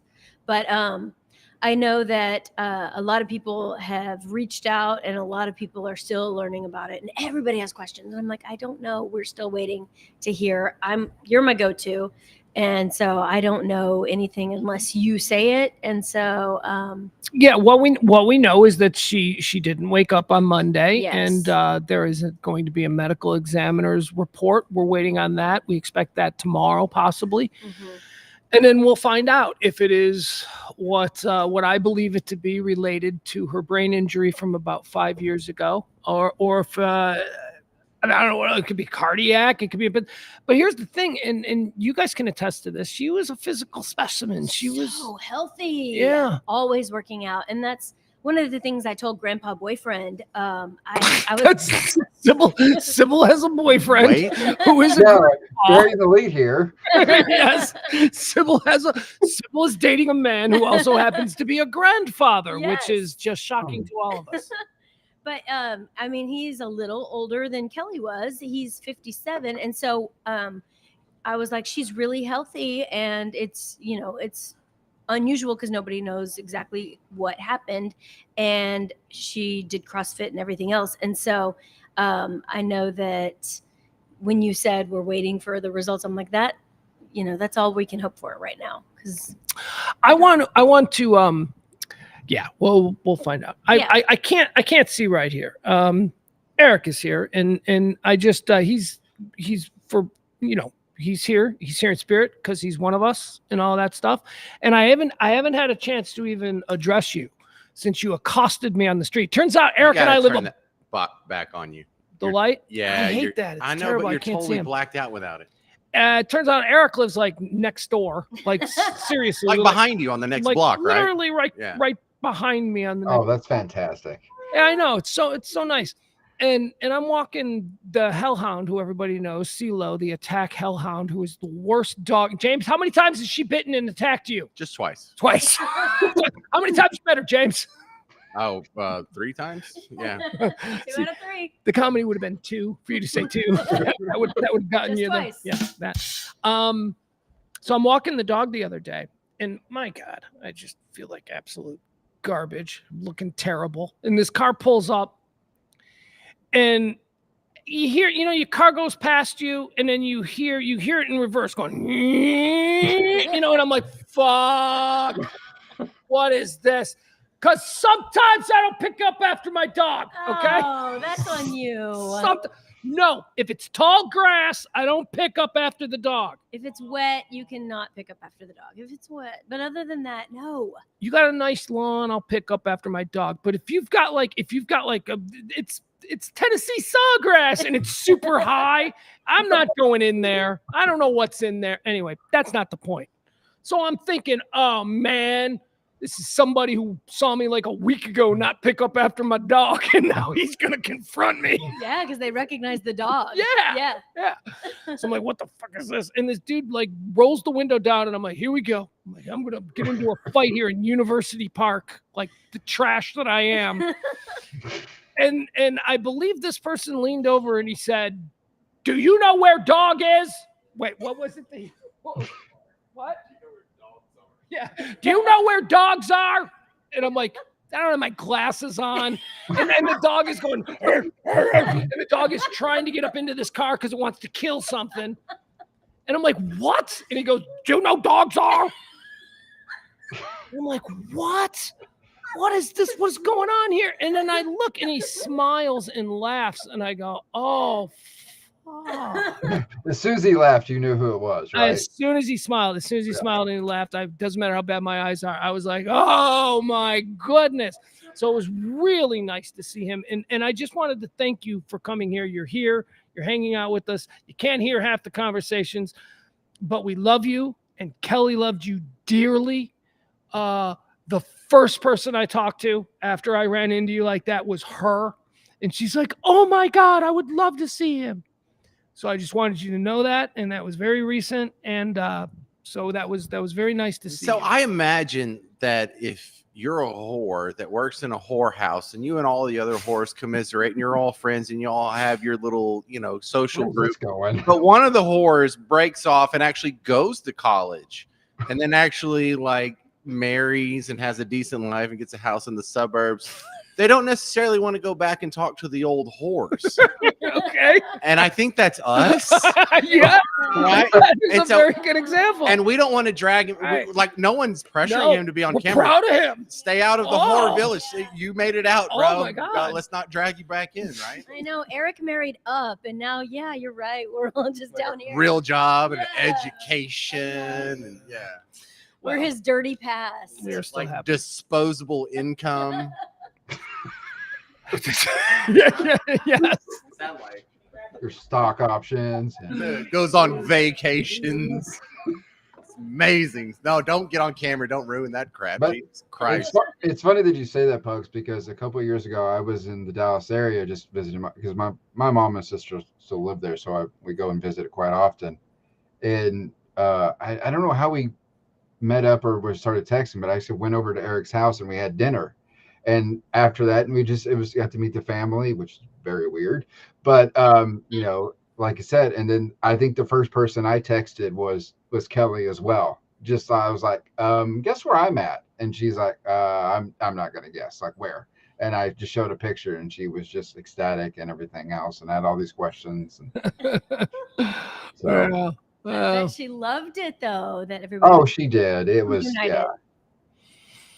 So, Can I bring up something now? yeah, please. Yeah, All right. I'll take it. So this feels like nobody saw this coming. This is a big injury to the family that is unprecedented, but it's not. Actually, the first one of us to go was Paco. That's right. And there was a text I sent to Sybil that's like, dude, one of us is dead. And there is an us, there's an us that probably comprises 8 to 10 people. And that was the first one. Paco was the first one. And it was even more shocking and young. I mean, we had a little lead up knowing that it was going to happen because of the cancer stuff. But, he was the first one to go. And really, it kind of feels better that this isn't as shocking as Paco. It's still shocking. She's still way too young to be passed. And, if you would have put us all on a chart, we would all guess Bobby would have died first. Oh, not me? Come on. Come on. You were second. You would be second. Yeah. You're right. Bobby would do so. Bobby would like step in front of a bus accidentally. Bobby, he OD'd on fentanyl. It's like, I thought it was just regular meth. Regular meth. Another one of our former Pugs and Kelly interns chiming in from the chat room, by the way. Bradley Scholl, remember him? Bradley! Yes. Wait, where did it go? Oh, dang. I don't know. Scroll out. Pugs can. I don't know. He said something really nice about Kelly, and yes, we all agree, Brad. You mentioned something there, James, and this is what we were is very similar in Eric and you and James and me and Kelly, and we've lost Kelly and we've lost Paco. But what we were is very similar to we were members of a successful band. We were in a band that a lot of people loved, and that was years ago. And no, I mean, it's very similar to being in a band because we were an ensemble. We were a comedy ensemble that put together 4 hours of live comedy every day with very little collaboration beforehand. We were improv artists, no matter how much we talked about hating improv. And like Kelly and I would always make, but we're the only people from Chicago that'll tell you improv is lame. But we were actually doing high-level improv with all of you guys for years, for 4 hours a day. And we were a part of that. And it takes something like this, like Kelly passing, for it to truly register with me. And I don't know if it has with you, maybe not, but to understand how much that moment in time meant to some people. That there are some people that the things that people have said, it's total strangers, the intimate kind things that people have said that I don't know who they are, but they're like, I was pregnant and we were having problems and I used to have to sit and we'd listen to you guys. Those kinds of things that has created this sort of tethering to people forever, much the same way bands do. much the same way after a band breaks up. So that's how I like to look at what we were. And I've been lucky to be in a number of bands in my life. We've talked to a couple of the old band members, Bill today and Neil.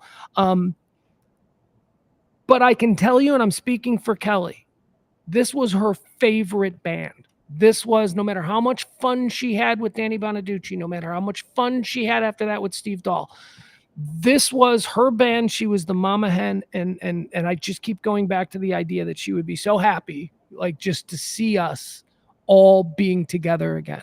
I think she for sure would be. I think she's here with us. I mean, I feel like it's one of those things where she would cultivate a family atmosphere anywhere she went. Nobody was a stranger. Everybody was welcome. She's always cooking. She's always bringing, the good vibe and the open arms and welcoming everybody. And I feel like that is still happening right now. I mean, look at Thanksgiving. Look at all the random people that we have for dinner and Thanksgiving and holiday meals. Yes. We didn't behave like regular radio shows behave. We were far closer than the way other shows are. And a lot of that had to do with Kelly. It was because Kelly was always cooking a big dinner. Mm-hmm. It was because Kelly was, the kids' party or whatever the hell it was. Chris Felmer reminded me of something. Chris Felmer was a roommate of mine when we first moved down here, and he had this big house, and we were a bunch of dudes were living there, and we were being wild, and we were having fun. And every Sunday night, Kelly would make dinner for us. Aww. She would come over and she would just prepare this huge dinner for us 3 boys and then leave. And he reminded me of that. And I just thought, God, that is just what she does. Yeah. She's got her own kids. What are your kids eating? Say, well, the kids were with her. The kids were running around with us watching football. She loved cooking though. Oh my gosh. We would go out to dinners together. We would go to, you guys can appreciate this, and maybe Sybil, you a little bit more than James, because James ran away as soon as he got an opportunity. James left us. He went and did Satellite, big fancy nationwide band. But certainly I know that Eric could speak to this too. There were moments when we would be at things that we created, events, parties, or whatever. And I would look around and there would be hundreds and hundreds of people who were all there because of what we did every day. And I used to think, oh my God, I feel completely surrounded. And then I could see one of you guys and he'd be like, boom, there's my people. And it was like, maybe you experienced that as well. You're surrounded by people and you're like, I don't know what to do. Oh, there's Kelly. I got to be right back. Oh, Kelly, hold on. And then I was a little bit different than all the other radio experiences that I've ever had. And I think that's what was special. And I think a lot of that has to do with the fact that Kelly was very much a mother hen. Absolutely. I mean, it's very family, like the roots of it, the way we're all here right now. It's so, there's a bond. I don't know if a lot of other shows have it, because I've worked in other shows, since we parted ways. I have gone and done other things, and I haven't been this tight with anybody where it's this bond. And I know that a lot of shows don't talk to other shows on the station. That's the big cliche that always happens. Yeah. I mean, and we had that problem at 105.3. There was one show that we just did not get along with, and we had nothing to do with that show. But we were like a favorite of all the other shows. Like, we got along with everybody else. Yeah. And I think you guys are so easy to get along with. Like, it's just one of those things where you're very welcoming. We're easy to get along with, but we did not allow ourselves to be walked over. Like, right. we were like friendly. Oh, I see, Kelly. He's a dick, and it was that kind of attitude. Yeah. So, Cody, did you just wave? What? Did you just do James thinks that maybe you were trying to get everyone's attention for something or other. Well, no, I mean, there's just a lot to say. And like I said, I was going to chime in when you were talking about, like, Kelly loved to cook. A lot of times when just the byproduct is, whenever someone is cooking and they're always like, hey, I'm trying a new recipe, the natural reaction is like, ooh, I don't know. No. Kelly was the exception. You're like, ooh, okay. And then I remember an interaction you had where she would, in Corpus, she would always enter the on-base chili cook-off every year. And she'd always message just like, got second, and Pugs would and I just remember the group message, I think at the time, it was like, buffalo chicken chili. She's like, yes. She's like, there you go. Like, Second though, that's shocking. It must have been rigged. It must have been rigged. She was tremendous. She was the outsider, I think, the first year. So. Let me ask you something, Cody, because I know exactly what I'm going to say. But did you have a favorite? You ate dinner with her at her house a lot. What was your favorite thing that Kelly could cook? Because she was an amazing cook. People need to understand. Oh, she was. She very prideful of the way she could whip up a dinner. She was Martha Stewart. Yeah. So I will two things. One is I enjoyed, and I think everyone did, was obviously her cookies that she made. Yeah. More so than my father, who would steal them from me when she would make them for my birthday every year. My dad would take them and they would be gone because he enjoyed them so much. I asked her once, wait a second, Cody, you'll like this. I said to her once, I go, seriously though, I've had a million cookies. Look at me, I'm a fat guy. Why are these so good? Why are these so good? Yeah. She looked me dead in the eye and she goes, tablespoon of ketchup. She was lying, of course, because she wanted me to try and make chocolate chip cookies with ketchup. Right. I could see that. So I would say the buffalo chicken chili was always a good one. She had this one thing. It was something she tried, but it was like this Mexican like street corn that she made. Yeah, it was just fantastic. And I can't explain it to what it was. Magic, I guess. I don't know. But that was everything that she did. Like I said, Thanksgivings were always entertaining because I could never make it home in time to Dallas because living that far was, didn't have the money to travel that far. So that was always my thing. It's like, all right, Thanksgiving, I'm parking here, and it was always just random people at Thanksgiving. It was, we hosted Loser Thanksgiving. Man, that is so random. He ended up in Corpus. I know. With her, right? We hosted Loser Thanksgiving. That's how we ended up with being friends with Head Crack, and who else we had like the entire keynote. We had the entire Cowboys like offensive line at our year. Do you remember that Thanksgiving where it's like, who are all these 6'5" guys? Oh, it's I'm Parson Walter. Wait, how was that? It was after the game, right? They came. Yeah, we had to wait. We had to wait till after the game. Yeah, that's what it was. That's what it was, Kelly. We were all so mad at Kelly. We're like, we got serious because we had. It's not my fault. So that's James' famous Tyson Walter impression. Tyson, we had to wait till they got home after the game. We were just Tyson was Kelly's boyfriend who played for the Dallas Cowboys, and there was one Thanksgiving we hosted Loser Thanksgiving, where the Cowboys famously play on Thanksgiving every day in the games, or every year, and the games go to like 7:00. And I remember that now. We were all like, what the fuck, Kelly? And she's like, my boyfriend will be here in an hour. And we're like, Jesus, the game is in the third quarter. He ain't going to be here in an hour. And then he shows up with like, all of these other Cowboy dudes KV. Who didn't have anywhere to go. They're not from Dallas. So, jeez. And then we had, my favorite thing is tied into Thanksgiving. My favorite thing that she made, and I'll give you one more story, a story that I kind of told a little bit of, but I'll go into more detail. She made something called turkey tetrazzini, and turkey tetrazzini was something that is on the menu. It is what I ordered. It's a little thing between her and I, and it's why I always said turkey tetrazzini. It's what I ordered at Maggiano's, our first meeting. When she said, Pugs, they're offering me a show, but I need somebody to work with. Would you be interested? She took me to lunch, and I ordered turkey tetrazzini. So I used to always say, turkey tetrazzini, that's what I want. So that was sort of our little thing.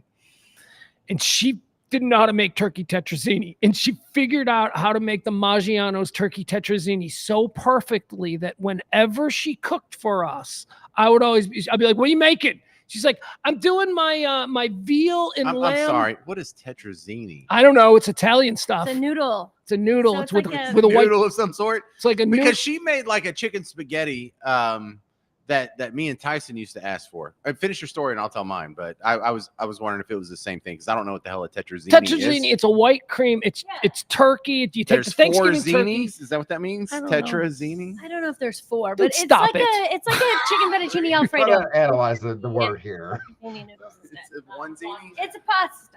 It's a pasta. It's an Italian dish. It's made with. It's got mushrooms. Does it have cheese on the top? Yes. With okay. I don't think so. Yes, and it's got like a little bit of a Baked. crumb. It's yes. baked. Tiffany knows. And, Baked yes. chicken tetrazzini. I don't know. It's got mushrooms and onions, and it's amazing. Yeah. What is it? It's a casserole. Mhm. Yeah, it's a casserole. Okay. This is on par for our show. We have all Yeah, our right. access to Yes, all this information to Google it. We're like, nah, we're just gonna wing it and make it Yeah. up. We're gonna prep on the air. Yeah, So that's everybody can be a part of it. Yes, that was our excuse when we were accused of being lazy by bosses. You guys don't do any prep. You see, we like to include the audience in our prep. It's a Googling way too. and it Well, works. It's a true. feature. And Pugs would always yell when we would talk about something in the commercial breaks. He just like, save it for air, save it for air. Yeah, if you said 100%. something funny, I didn't want to hear it in a commercial. Okay, so she always made me turkey tetrazzini because it was one, a nice little inside joke between us, two, legitimately like my favorite thing of all time that she made. And there was one particular Sunday where she would make us dinner every Sunday. She'd come over. And there was one particular Sunday where we were in kind of a fight. We were kind of like, "Arr," and I don't know what it was. And we were just not talking, or we were mad about I don't even know what it was. So funny. But I remember thinking this was a very real concern of mine, because when Kelly would come and make dinner, I'd be like, what are you making? She's like, I'm going to make my lamb lasagna. I'm like, bah! I don't want that. I'm like, I want turkey tetrazzini. So every freaking week, she would bring me a turkey tetrazzini. Like, in addition to what she was going to make for everybody else, that she would bring me this little thing. She's like, here, put it in your freezer if you don't want it. I'm like, no, yeah, I'm going to eat it right now. No, this is legit. This is not from scratch. Yeah, from scratch. So there was this week where we were having a particular fight, and I remember driving home thinking, oh, I guess we're still doing dinner on Sunday. And then my next thought was, am I going to get my fucking turkey tetrazzini, or is she pissed? Is this going to be her like passive aggressive way? Because she was so passive aggressive, especially with me. Sunday rolls around. And she shows up, she's got her big stupid bag, and she's got all her big stupid cooking stuff, and she's got all of this crap. And I'm standing there in the kitchen, because remember, I was living there. It's my house, a big, beautiful home. I'm standing in her kitchen, and she's just, because she's making herself at home, because that's what she was allowed to do there. She's getting ready, and she's cooking all this stuff. And I go, so what are we having? And she told us whatever it was, and I didn't care, because I want turkey tetrazzini, but whatever. I'm making kebabs. Oh, fuck that. What, did you see that on TV? Now you're going to try it? So I'm standing there, and she looks at me, and she goes, oh, don't worry, I made your turkey tetrazzini. And I was like, that's my girl. She hates me, but she's still making me my turkey tetrazzini. She was seriously the best wife I never got the opportunity to divorce. She really was. She really was. James? Yeah, so the familial aspect, there was what could have been the lowest point of my life. Like, I had recently gotten fired by the station. Which time was this? The first time. Okay. No, the second time. The second time I got fired by the station. So I was still doing bits that would be on the air, and I would still go to events and get audio and stuff, but I wasn't allowed in the studio at this point, right? Which is kind of devastating, because I didn't know it would end up like this. I'm fine now. But I had a 73 Comet that had some car trouble. So I put it in the shop, and Sybil's like, well, BJ can get you a loaner car, your first husband. My XX. Yeah, that worked so great. But so I got to drive like a free Mazda Protege for a couple weeks while my car was in the shop. When it was time to get it out of the shop, it was like $175 more than I had. And Pugs heard me screaming at the guy at the garage, like, that's not what the estimate was. And so Pugs gives me $200, and that's cool and stuff. But now I'm still cleaned out, and rent's in like 2 weeks. And Kelly comes by and says, well, I'm renting this new house, and I want to paint the living room, and Tyson doesn't want to do it by himself. And so she gave me just some bullshit job to paint her living room with Tyson Walter, the Dallas Cowboy. What I figured out was there's like a big vaulted ceiling. It's kind of high. It's like maybe 16, 18 feet at the most. Mm-hmm. But he didn't want to get on the big ladder. He's like, I weigh too much for the ladder. It's not safe for me. And I'm like, no, you're scared of heights. That's what it is. No, James. Oh. He falls from that height, and he's probably out $1 million or $2 million. That's what he told. Yeah, he's like, listen, man, if I twist an ankle, that's like worth $380,000. It's like if you do it, it's like whatever. And he's right because I'm just like waiting tables, and, like, yeah, not even working in radio. So yeah, I went and painted Kelly's living room with a Dallas Cowboy in the off season.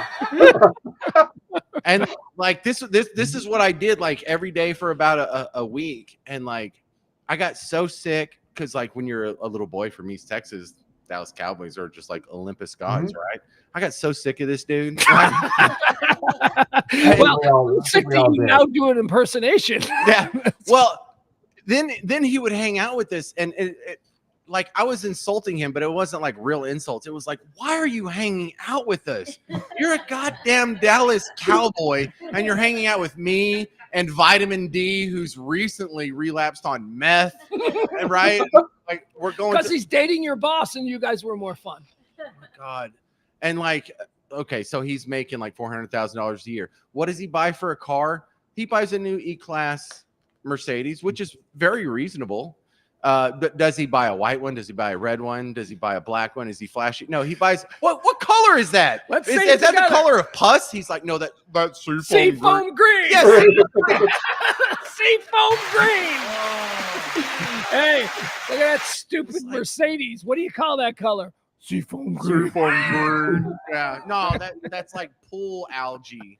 Right. God damn it. And so like he had a flat and he called AAA, and I'm like, you don't change the flat yourself? He's like, well, it was raining, and what am I paying AAA for?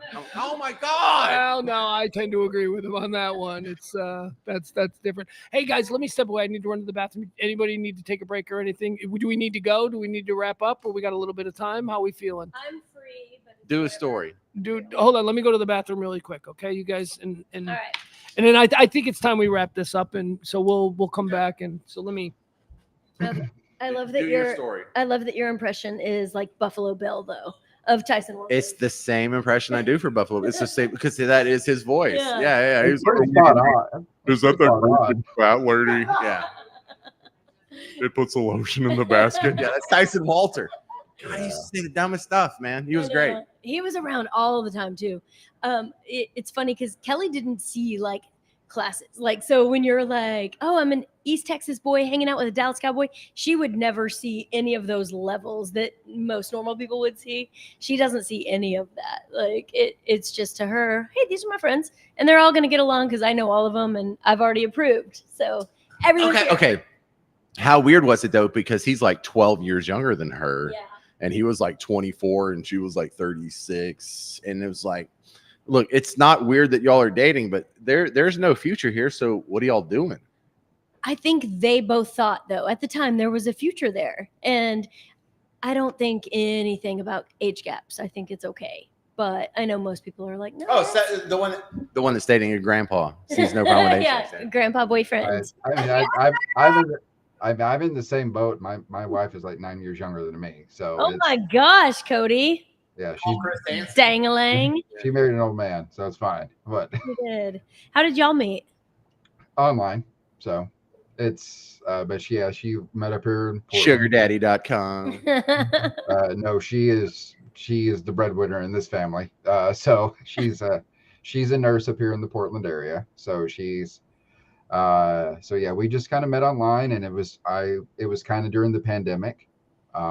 And so a lot of that was, and also during that same time, that was a really weird year because the entire state of Oregon was on fire. So there was that. So it was, we joked because she had to evacuate from her home that she was in out here because the fires were real close.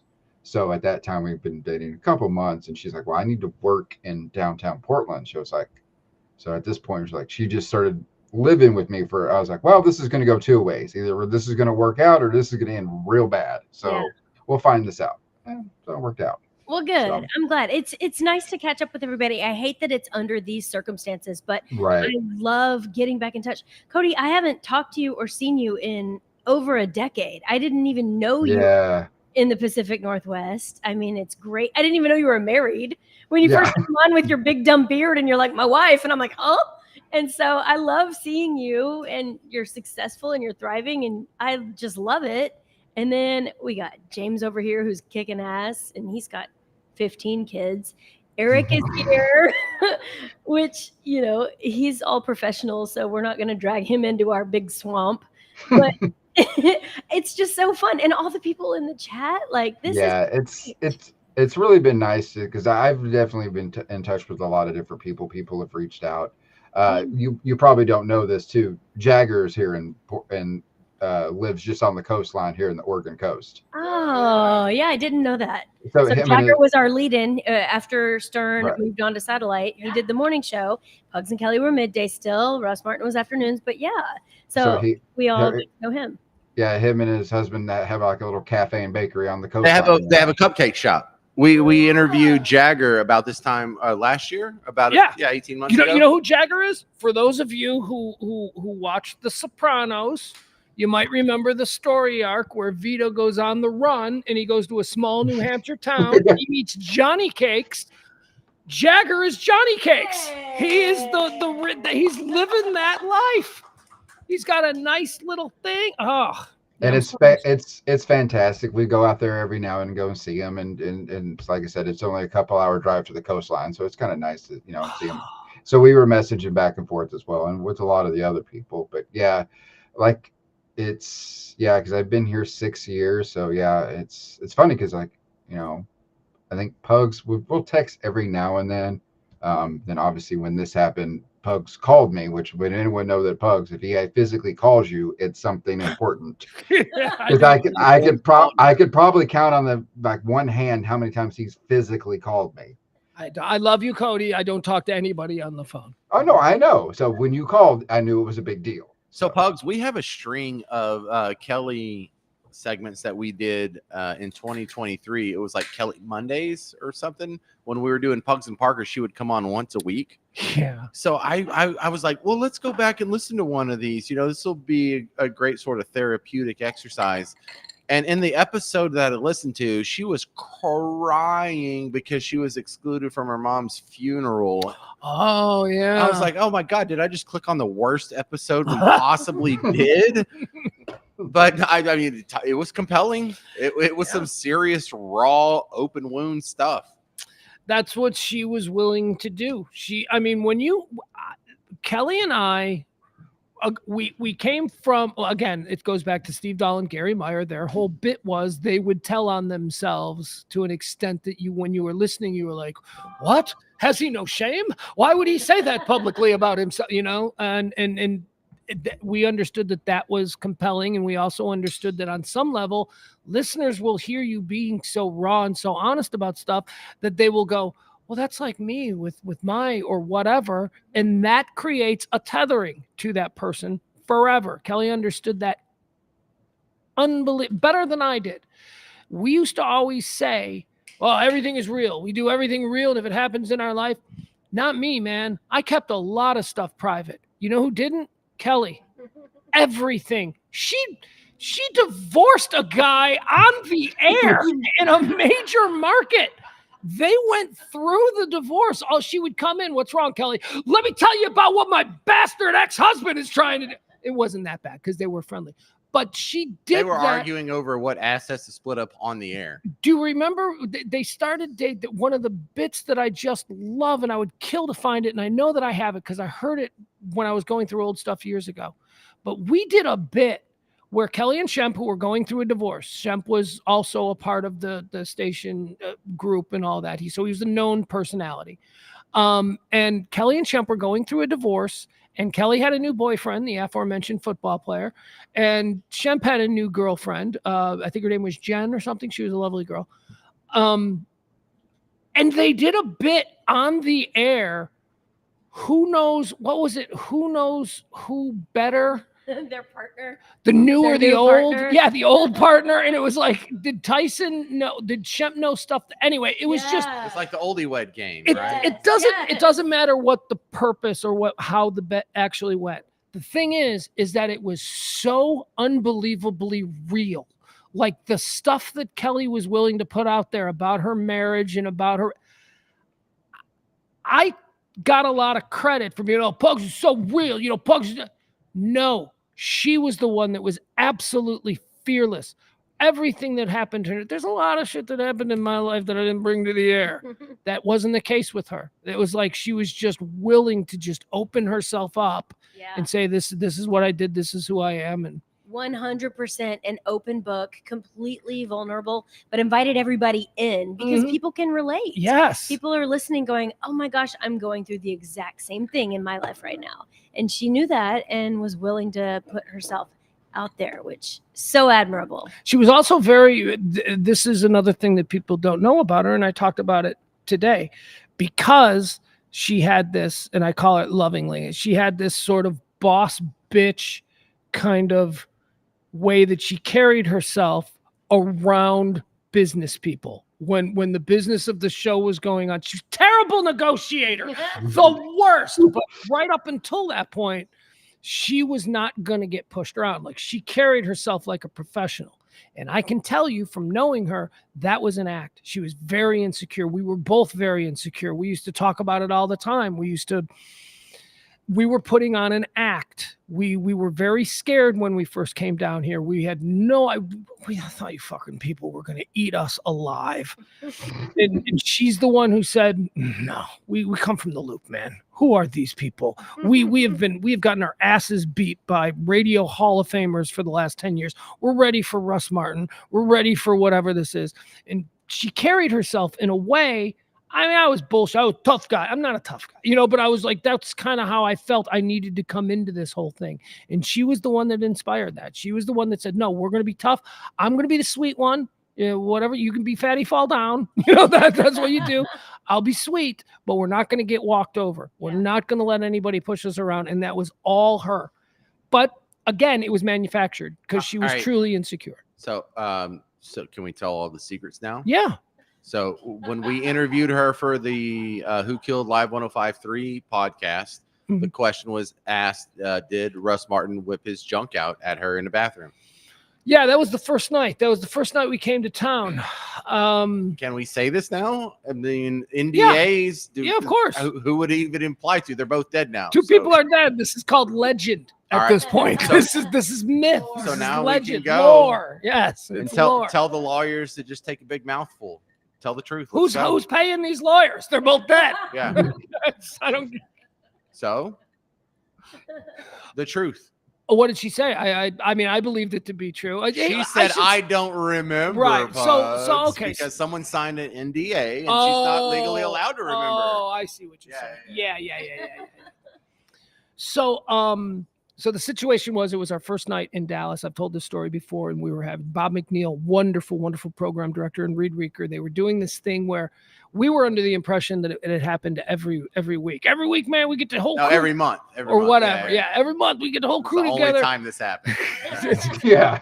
Every month we get everybody together here at the station, and we just put the card down, and you guys drink, and you come up with creative ideas, and we put it on the board. And this was our first liner day. parties. Yes, liner parties. Yeah. It was our first day.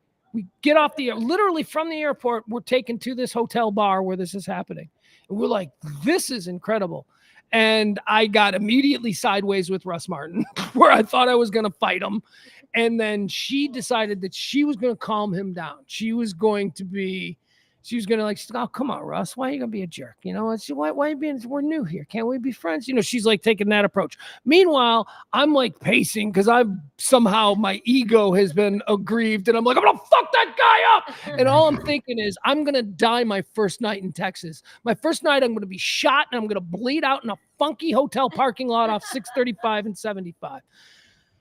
So anyway, I get calmed down, and Kelly I see Russ drag Kelly into the bathroom, the women's room. And I walk to the women's room. I'm like, I'm fucking going in there. What is that? And he comes out and he's like, back, doing the Russ Martin thing. And then Kelly comes out right behind him. And I go, what happened? She goes, he tried to make me touch his dick. And I go, what? And I turned and I was like, I've told this story before. Anyway. I don't think you have. No, yeah, I've told the story. You've told it to us, but I don't. No, think I've told it. I've told it on the air, the live told- 105.3 thing. So that Okay. became the big question. I asked Kelly last year. I go, can you talk about that now? Like the first night, I go, he basically whipped his dick out in front of you, and what did you do? And yeah, it happened. I believe it happened. Kelly said, I don't remember. I don't know. It's quite small. Or, she took some shot at him, No, Kelly got hit on a lot, like by all the comedians who would come to town, all the bands. Yeah, Craig everything. So Craig. That's no different. Craig Gass was supposed to be on with us. Craig Gass was very close friends with her, and they remained close. Craig was getting on a plane, and because of our technical problems, we didn't get him in the first half hour. But Sybil, speak to that, because it was a different experience for you and Kelly working in that guy-dominated shock talk format. We were at Bell Bottoms once, and I was very angry at Kelly because Kelly wasn't mingling. And I felt like I was the one going around and hanging out with people and doing shots and all of that. And I'm in the way you remember this game Kelly and I used to play. We would meet somebody, and if they were weird, and a lot of you were so weird, a lot of you introduce the other person and pass them off. Yes, always. it was the trick. Yes. The trick. Have you met my producer? Oh. Yeah. The trick. James knows it. Eric knows it. Cody knows it. We all know that trick. The trick among us in our little group was we would be talking to Weirdy McWeird a lot, and we'd be trying to get out of the conversation, and I would see Kelly like across the room, and I'd go, "Oh my God, you know who you gotta meet?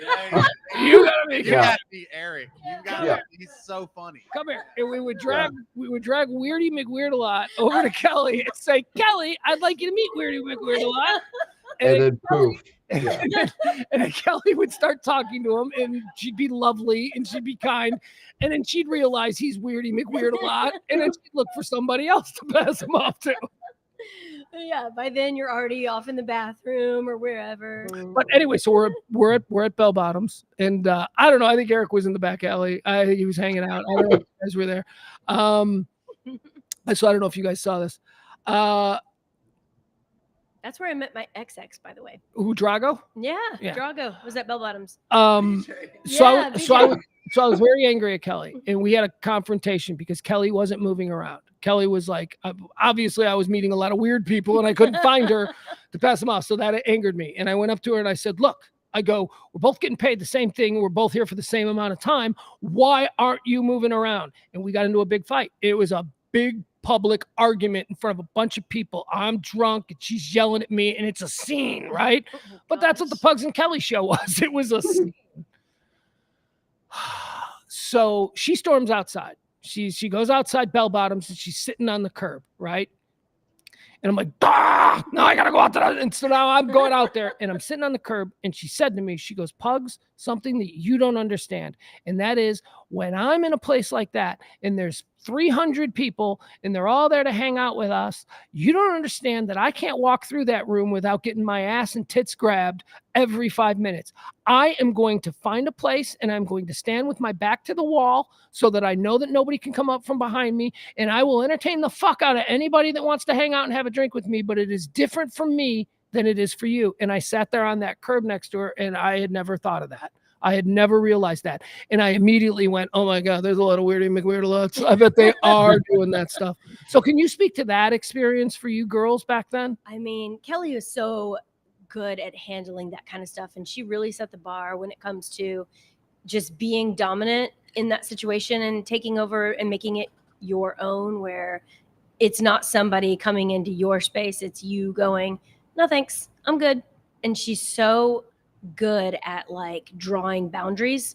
I don't have an experience like that where something happened again, thankfully. But I remember though that she's always been so strong, just so good at like being a strong woman and being present for females. And I love that about her. She taught me that. Well, honestly, and I'm not saying this is right, certainly not through today's lens, but what she endured working with Danny Bonaducci in that that we were sexist, crazy, shock jock, Yeah.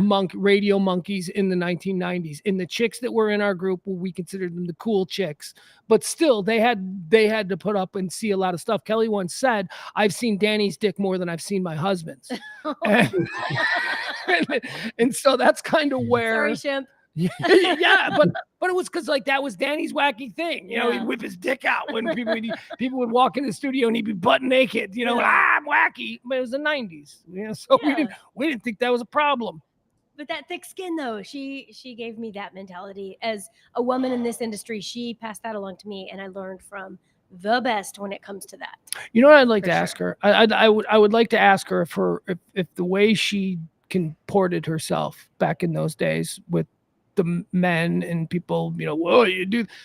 There's a very famous story in Chicago where somebody left a voicemail on her answering machine, a Chicago radio personality who basically said that, hey, you know, maybe you ought to call me back if you ever want to go anywhere in this business. So that's what she dealt with. But I would love to ask her today, and we can't do that, but I'd love to ask her today now that we're talking about this. Would you have handled it differently? Because you used to always, the way you handled men back then in their horrible behavior, and I mean, I'm just talking about it through today's lens. I go, I would love to know if because she always considered herself sort of like a feminist. Like there were a lot of we had a lot of female interns and girls that came through there, and that was all because of her, because she demanded it. She's like, we need more girls. We need more girls. And she always loved the idea of like being the mother hen. Like, this is how you act. This is how you behave. But I just wonder if maybe she would have done it differently. And especially since she's got a daughter who's in Hollywood. Not that she did anything wrong. I'm not suggesting, boy, I just realized she didn't sleep her way into anything. No, that's not what I'm saying. No. But she withstood a lot of stuff without ever complaining or without ever going to HR or anything like that. But she could push it off without being like condescending or rude to the other person, but setting that clear boundary, but also making sure that it was all friendly and cordial. I don't think that it's anything she would do differently. I mean, I can't speak for her, obviously, but I feel like she set such a good example. I don't know how you would top it. I know her origin story. I saw what she saw. I'm not going to say endured, because she loved it. That was like her college days. We always say, you know, I don't have half as many good stories about college as I do about the 4 years after college, because that's when we were there. I don't know. I just sometimes wonder. James, I'm sorry. Did you have something? No. You know, the one thing I'm grateful for is there's not a lot left unsaid between me and Kelly. You know, like we did go probably about 8 years without talking, but in the last like 3 or 4 years, she really ramped it up and was like, because we had her before I started working at my TV job before this job. Right. When I was doing Pugs and Parker, she was on like once a week for about 6 months there. Yeah. Or for about 4 months there. And so, like, very recently, I had a whole lot of contact with her, and there was a whole lot of conversations on the phone outside of the show.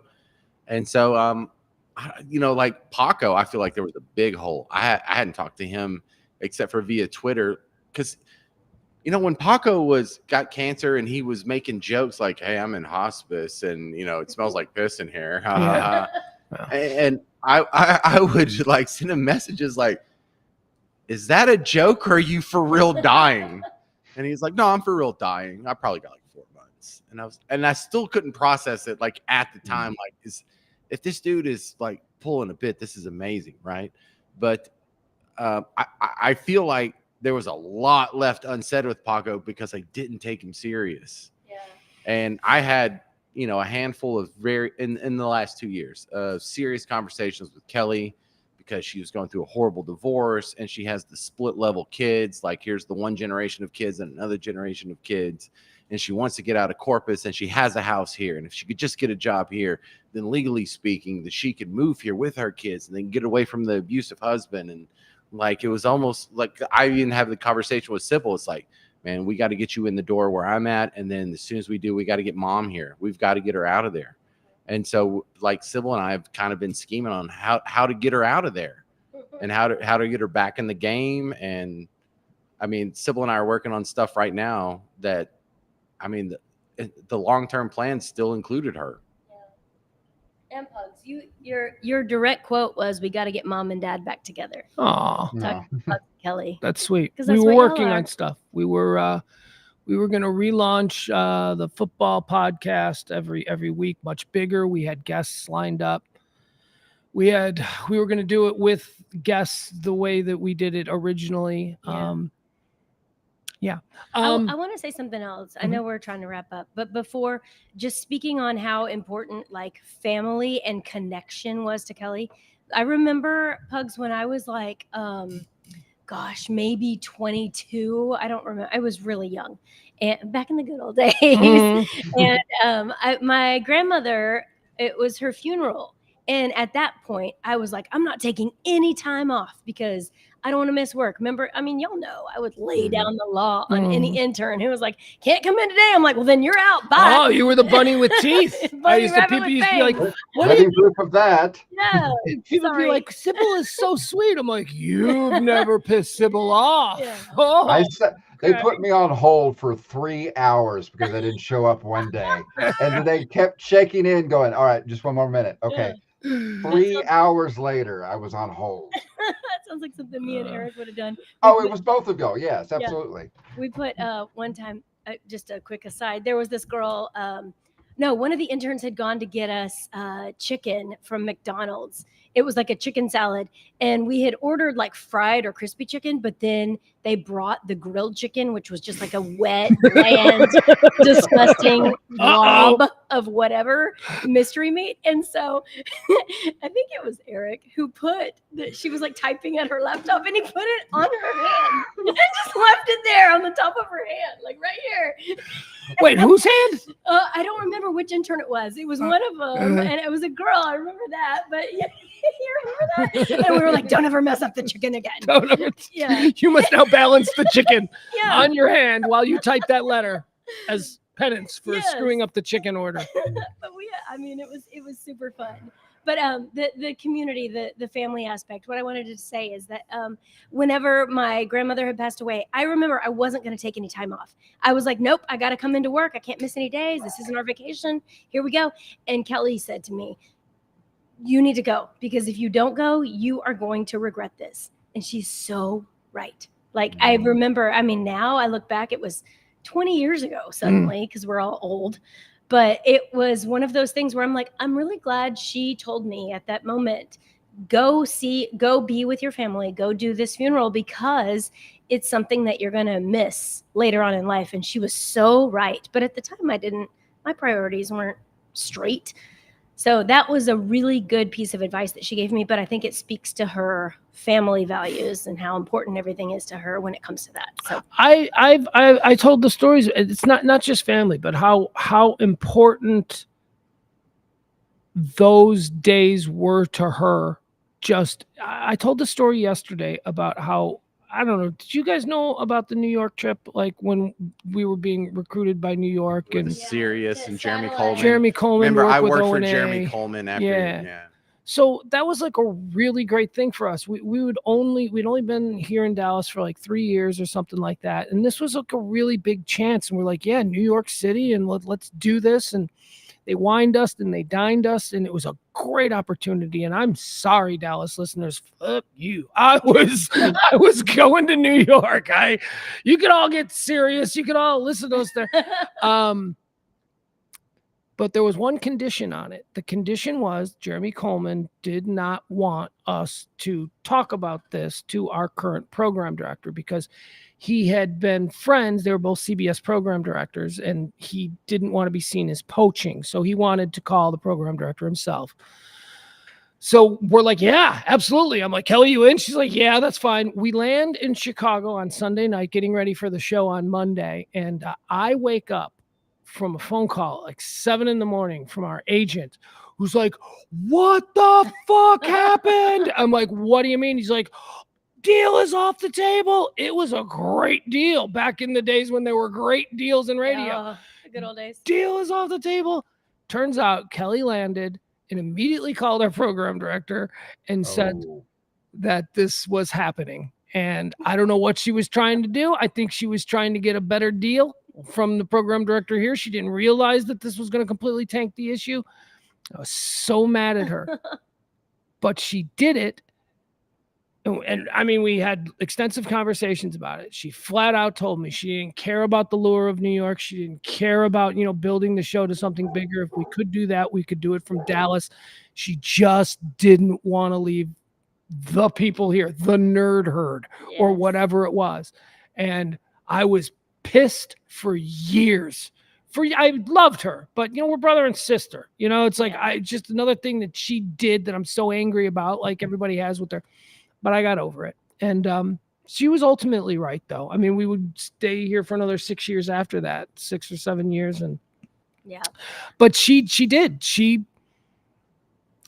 People in this business have opportunities and they should take them because the opportunities only come once. And she understood that. But it meant so much to her, this whole thing that we had here at 105.3. We were on the airplane and she's like, can we take Sybil?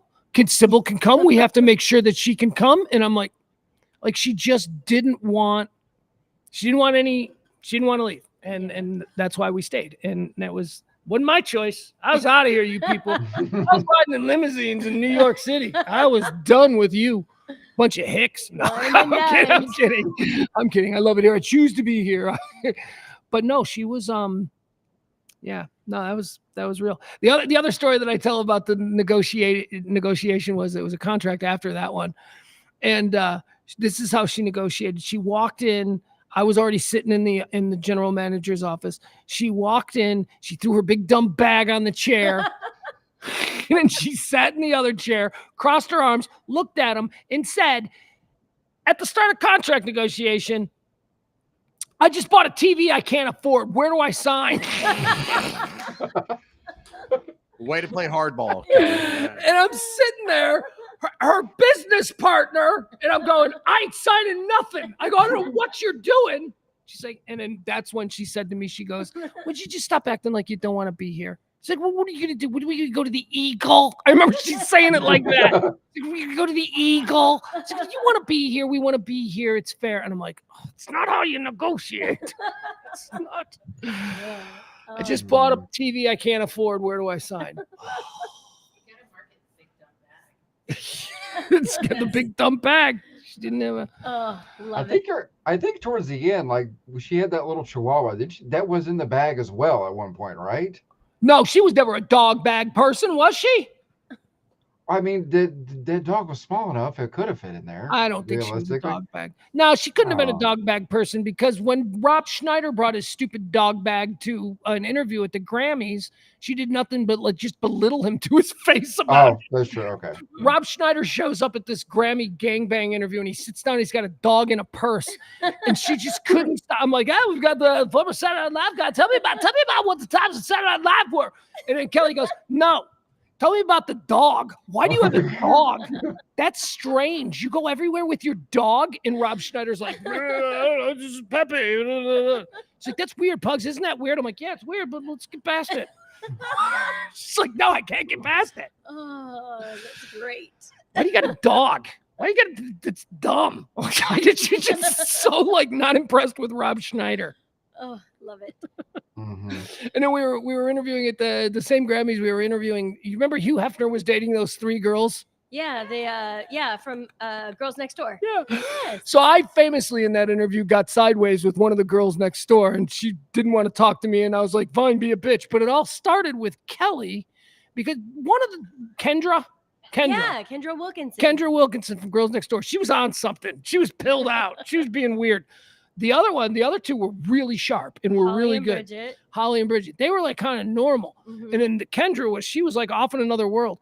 And it all started going downhill when Kelly, they were talking. We're having a nice conversation because Kelly liked the show. She was like, I like you guys. And she's talking to him. And then she gets distracted by Kendra, who seems to be looking off in the other direction. And Kelly just flat out says, what's this one's deal?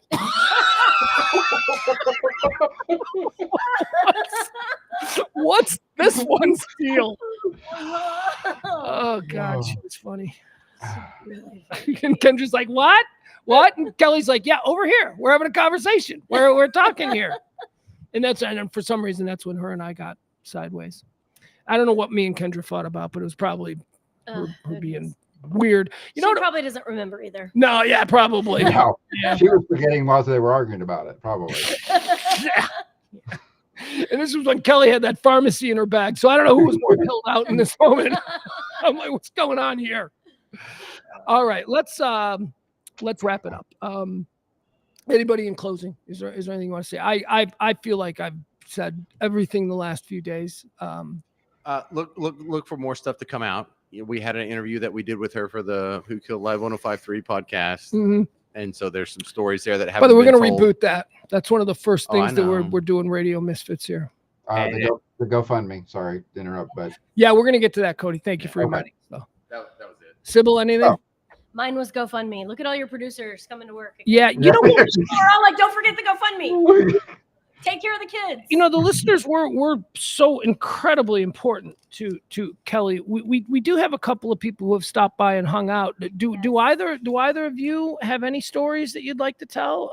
Any interactions with Kelly? It's okay if you're camera shy. What anything? Oh, thank you. No, okay, that's okay.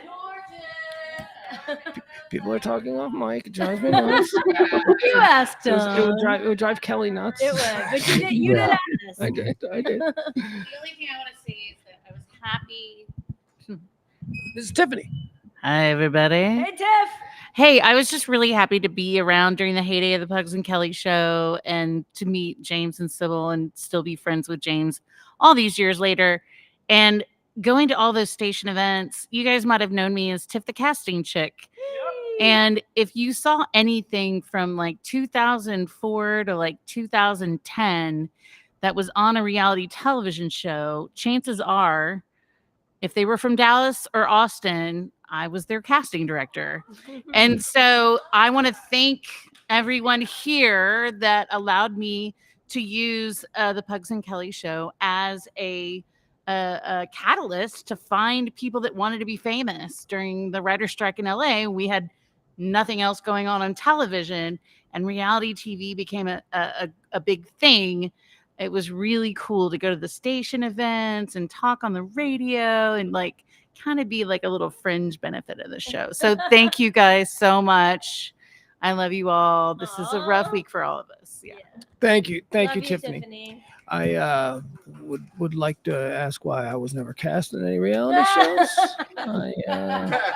Too much of a loose cannon. Too much. Let me see your six-pack, Pugs. You know my story, Tiffany. You know my story. You know I was last minute axed from the Real World Boston. Yeah. That's right. Yeah, the Real World Boston, the one where they lived in the firehouse. And you know who replaced me? Some dude who went on to be some crazy congressman from Wisconsin. Some dude. He married Rachel from San Francisco. He married hot Rachel from the San Francisco Real World. That could have been me. You know what happened? No, you'd have been Puck. No. Puck. It's No, really no, close. no. It wasn't. I wasn't going to be Puck, but I did. I had a whole thing. I was going to be Bluto. I was going to be Bluto from Animal House. I was just going to be a complete slob. I got it because I was a stunt boy on a popular morning show in Chicago, and when the Real World was casting in Chicago, we put together a reel and we pushed it and all of that, and they selected me. And I was getting all right. I'm like, I'm going to be on the Real World. I'm going to get laid. It's going to, I'm like, it's going to be awesome. Because that was a big deal in the 90s. I know Boston cast. It's not exactly, when they remember. But yeah. And on like a week before we were set to leave to start filming, they said, you're going to turn 26 before we stop shooting. Ew, gross. And I'm like, so what? And they're like, you can't be over 26 while we're filming. I'm like, what? Oh, it was heartbreaking. And then they went and got that dude from Wisconsin. He was the other Midwest. I won the Midwest. They chose me out of the Midwest, and then he was like second place. I wanted you on the shows too. Nah, nobody ever asked me. Nobody. I did want to say one thing though, very specifically, and that is, so I'm going to get on camera for just a second, a little bit. Hi. Hey, friends. Hey, girl. For a lot of you that don't know, before Anyway, I'm the original Bulma from Dragon Ball, Dragon Ball Z, and Dragon Ball GT. And while I was doing the work on the show in the 90s, I was there from 98 to 2008. And I had this great anime job, and I had no idea it was going to be a really big deal. But the only thing I really wanted to do was to be Kelly on the Pugs and Kelly show. I listened to it religiously when I was driving to and from my VO sessions in Fort Worth. And everybody here means so much to me. It was a huge inspiration. I've done some great things from my experience on the show. I had imposter syndrome huge. I was so nervous to meet Kelly, and like I just thought Sybil was like the most amazing thing. And when I would hang out with them at station events, like Pugs, no big deal. Like he's a dude. I was really cute, by the way. But the girls, like the women, I was just like, these women are like, their voices are heard. And in a time where women's voices weren't really heard or respected, these two women were on the radio making it happen. And so I just have to say that I really admire that. And I'm just honored to be here and a part of this legacy of the stuff that you guys are doing. And that was because of Kelly. She paved the way for all of us, girl. All right, thank you. I do want to thank you. That's very kind of you to say. And let me just add one thing on that. That was something that people never understood, and this was always the greatest insult that you can do to Kelly, is if you were somebody who was somehow partnering with our show in some way, as an advertiser or consultants or whatever it was, when they would come in and meet Pugs and Kelly, and they would only address Pugs, they would look at me like, oh, this is the guy. He's obviously the boss. He's the owner. Right. And I became very sensitive to that. And because I knew that she would never say anything, but it bothered her. You know, she was one of these, hey, up here, you know, my eyes are up here. You know, she was one of those people that pointed out. But it shocked people when they learned that it wasn't just, with all due respect to the amazing Kelly Raspberry, it was Kid Craddock and Kelly Raspberry. It's Howard Stern and Robin Quivers, right? Mm-hmm. That wasn't what Pugs and Kelly was. And nobody really grasped that her and I had this understanding from the very beginning that this was 50-50. This wasn't like, not one of us doesn't get to be the big star. Right. This is, and I have to say, one of my great regrets is that there were many times in those years where I would big time her. I would like in a particular interview, I would talk over her, or I would somehow marginalize her. And people heard that on the radio. Like she had a lot of people who were on her side who was like, "What, Pugs wouldn't let you talk," and she would get mad, and then she'd be quiet. And some of our best moments came moments after I said, "What's wrong with you?" because that would allow her to go, "Oh, you gonna let me talk now? Oh, is it my turn to talk? Oh, because, you know, I don't know, it's Pugs and Kelly's show, and I'm just wondering because you're sitting here." And she did that in a way that I'd never heard. I'd never heard an equal man-woman show anywhere where they were both, you know, equally paid. We never negotiated contracts equally. We said, this is the sum we want for the show. That's actually the way that we were taught to say it. We were saying, this is what we think the show is worth every year. And we would include all of our staff and what they needed to be paid. And then we would just split it up. We'd say, okay, half of that goes to me, half of that goes to her. And then the rest of that goes to our production.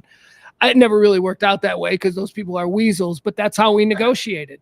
There is no, as a matter of fact, one of the reasons we left 105.3 was because there was an attempt to break us up. There was an attempt to lure me into doing sports or, you know, something like that. Mm-hmm. And I was approached by somebody high up in CBS, and they said to me, "Hey man, let me ask you a question, man. You ever think about going solo, man? You ever think about, you know, doing your own thing, man? You know, it could be sports. I mean, you know, I think, you know, because I think you'd be good at that. Would you be interested in that?" And I said, "No, I would not be fucking interested in that at all." And then we were gone from the station in a couple of weeks because some other things were done that tried to split us up. But yeah, she for sure could hold her own in any room. Yeah, she could. Cody, I love you. Anything in closing? No, I think, and I said this in my kind of post because I kind of waited on Facebook because I know the outpouring support has been tremendous. and for me, and it's a little bit closer to me because I know all of the kids so well, and I kind of want to just echo it as like, if you knew nothing else about Kelly, like just looking at Declan, McKenna, Lachlan, and Quinn, like that is all you really need to know about Kelly and who she was and how she was. Because just, I mean, like I can't speak enough. Like those kids are amazing. Like they're just wise beyond their years. I mean, a lot smarter than me now on multiple levels.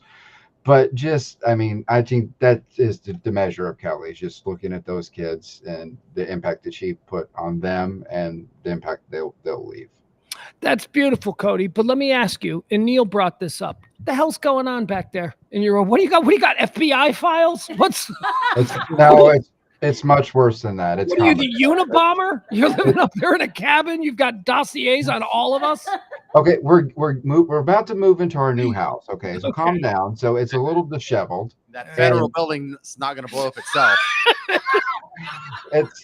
It's you know what? It's actually worse because those are comic books. So it's actually worse. Oh if man. I tell you, Oh. and now you know how my wife feels. Bomber stuff, man. Yeah. All right. Well, thank you, Cody. Sybil, James, anything close out? Let's do a toast to Toast. Kelly. Yes, Ah. with everybody who's in the chat right Yeah, we're still now. in here. Everybody who watches this later, you can pour one out if you want to. There you Everybody go. who's here with us right now. We got Eric here too. Yes. And Thank you to everybody. No, I'm good. Yeah, no, actually, I'll James take is it. Go ahead. already- Put them all in there. already getting All right. everybody. This is for Kelly though. Like Here's Kelly. Slancha, I mean, We love you. she will never be matched. So here's Kelly. We love you. Boom. Boom. Proverbial click to everybody Cheers. else. Cheers, you guys. Let me now direct your attention to the GoFundMe page. Should have been hitting this. More, but I apologize. Just got a lot going on here. There's a situation. There's a GoFundMe page for Kelly's youngest two. What are their ages? Quinn and Locke. Cody. Oh God, you put me on the spot. 11 and 7-ish. All of her kids are always those going to be older 9 than and 7 to me. They're all 9 and 7. No, I want to say they're both teenagers. They're about 2 years apart. So I want to say Quinn is like 13 or 14 at this point. No, you got them way Eric too said old. 8. Do your fingers again. Hang on. No, they're not 8. 8 and 11. 8 and 11. 8 and 11. That sounds right. Because when we That talked sounds to right. her earlier this year, she was mentioning that she was having the talk with them Do you about birds and bees. do you know that she talks to? I mean, I know everything about these two kids. She just talked my ear off about them, and I don't know how old they are. I'm like, they're just. Hello, me. Yeah, you raised them basically. Sounds about right. I keep getting Deck wrong too. Somebody told me today Deck is 27. Oh my gosh, we're old. That ain't possible, but it is possible because he No. was like 3 or 4 when we moved here. Yeah. No, and I was doing the math because my wife and I were watching TV, and then of course my wife who loves to get the digs in, she just goes, "Oh, I'm closer to Declan's age than you are," and I'm like, "Thanks, hon." Like, thanks, hon. Get him young, Cody.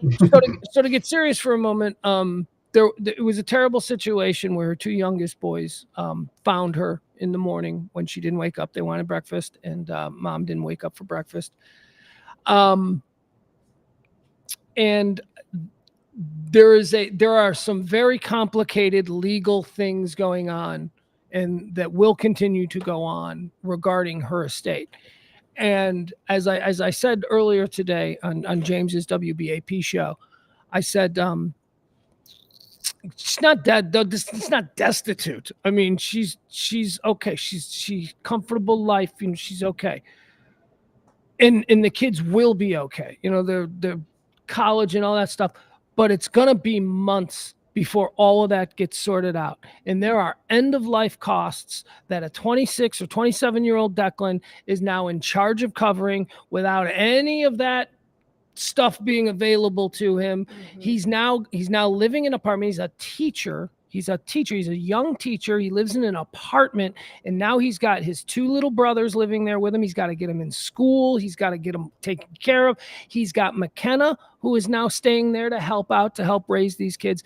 There are immediate end of life concerns that Yeah, we have for these necessities. necessities. You're right. They're going to be fine. We don't need people to donate something to put these kids through college. That's not what's happening here. But what we do need is somebody to make sure that they have groceries, power, and probably a bigger place to stay for the next few months while all of this custody stuff gets handled. So there is a GoFundMe page, GoFundMe.com, in loving memory of Kelly Mohr. Or, and this is the easy way to do it, you can just go to pugsandkellyshow.com, and that will direct you right to the GoFundMe page. So if you don't want to go to GoFundMe and have to put in all that, you can just go to pugsandkellyshow.com, and you can Donate. you can donate. Yeah, you can donate. Yeah, that's so there you go. That's Help if you can, and Thank thank you. you to all the people who have. absolutely. All right, Cody, I'm gonna get rid of you. You're gonna go first. All right. Bye, Dangles. I love you, Dang-a-lang. There he goes, ladies and gentlemen. There he is. Sybil, I love you. Love you. James is already gone. I don't know what he's doing. He's He's right there chewing yeah. like a Frankenstein. Once again, pugsandkellyshow.com if you want to help out and drop a little something in there for Kelly's kids. I'll be pushing that on my live stream. I don't know that I'm doing a live stream tomorrow. I got to be honest with you. I don't know that I want to do another 2 hours where I'm just upset and talking about my partner who I lost. And I also don't know that I'm ready to just rant like a wild man about current events. That all seems so insignificant to me right now. I don't know that I can be funny or attempt to be funny, however you perceive that show that I do. I don't know. So I don't know if there's going to be a show tomorrow, but we do Monday through Friday, every day at noon. I do a live stream where we were about to fold Kelly into it. There were a lot. I've been talking on my live stream for weeks about how big changes are coming. You're going to love what we're doing here. And so now this happened. But anyway, like, follow, subscribe. Sybil, how do people like, follow, subscribe you? I'm at SybilSummers.com. SybilSummers.com. James Parker is doing talk radio in this town every day from 2 to 5 o'clock. He is one of our proudest, I don't know what we're going to call him. He's one of our proudest spin-offs. Every day, 93.3 FM WBAP, the legendary WBAP here in Dallas. You can find him at James Parker. Just Google him. It shows up. Just Google James Parker Radio.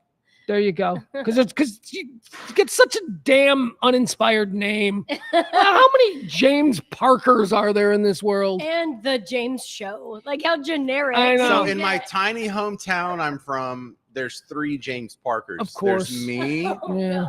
There's the Mormon James Parker. And then there's the James Parker, the former FBI agent that just retired. You know what you are, and people like you with your stupid, uninspired names.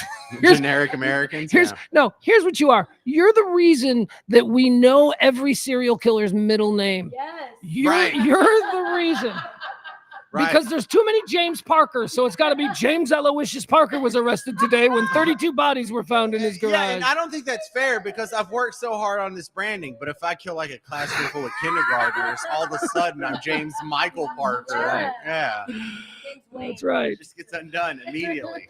All right. I love all you guys. Thank you all for being with us. Like, follow, subscribe. Like I said, maybe I'll do a show tomorrow. Maybe not. Who knows? You guys are the best. Know that Kelly loved you. Know that her children are her older children, the one that grew up in front of you all those years.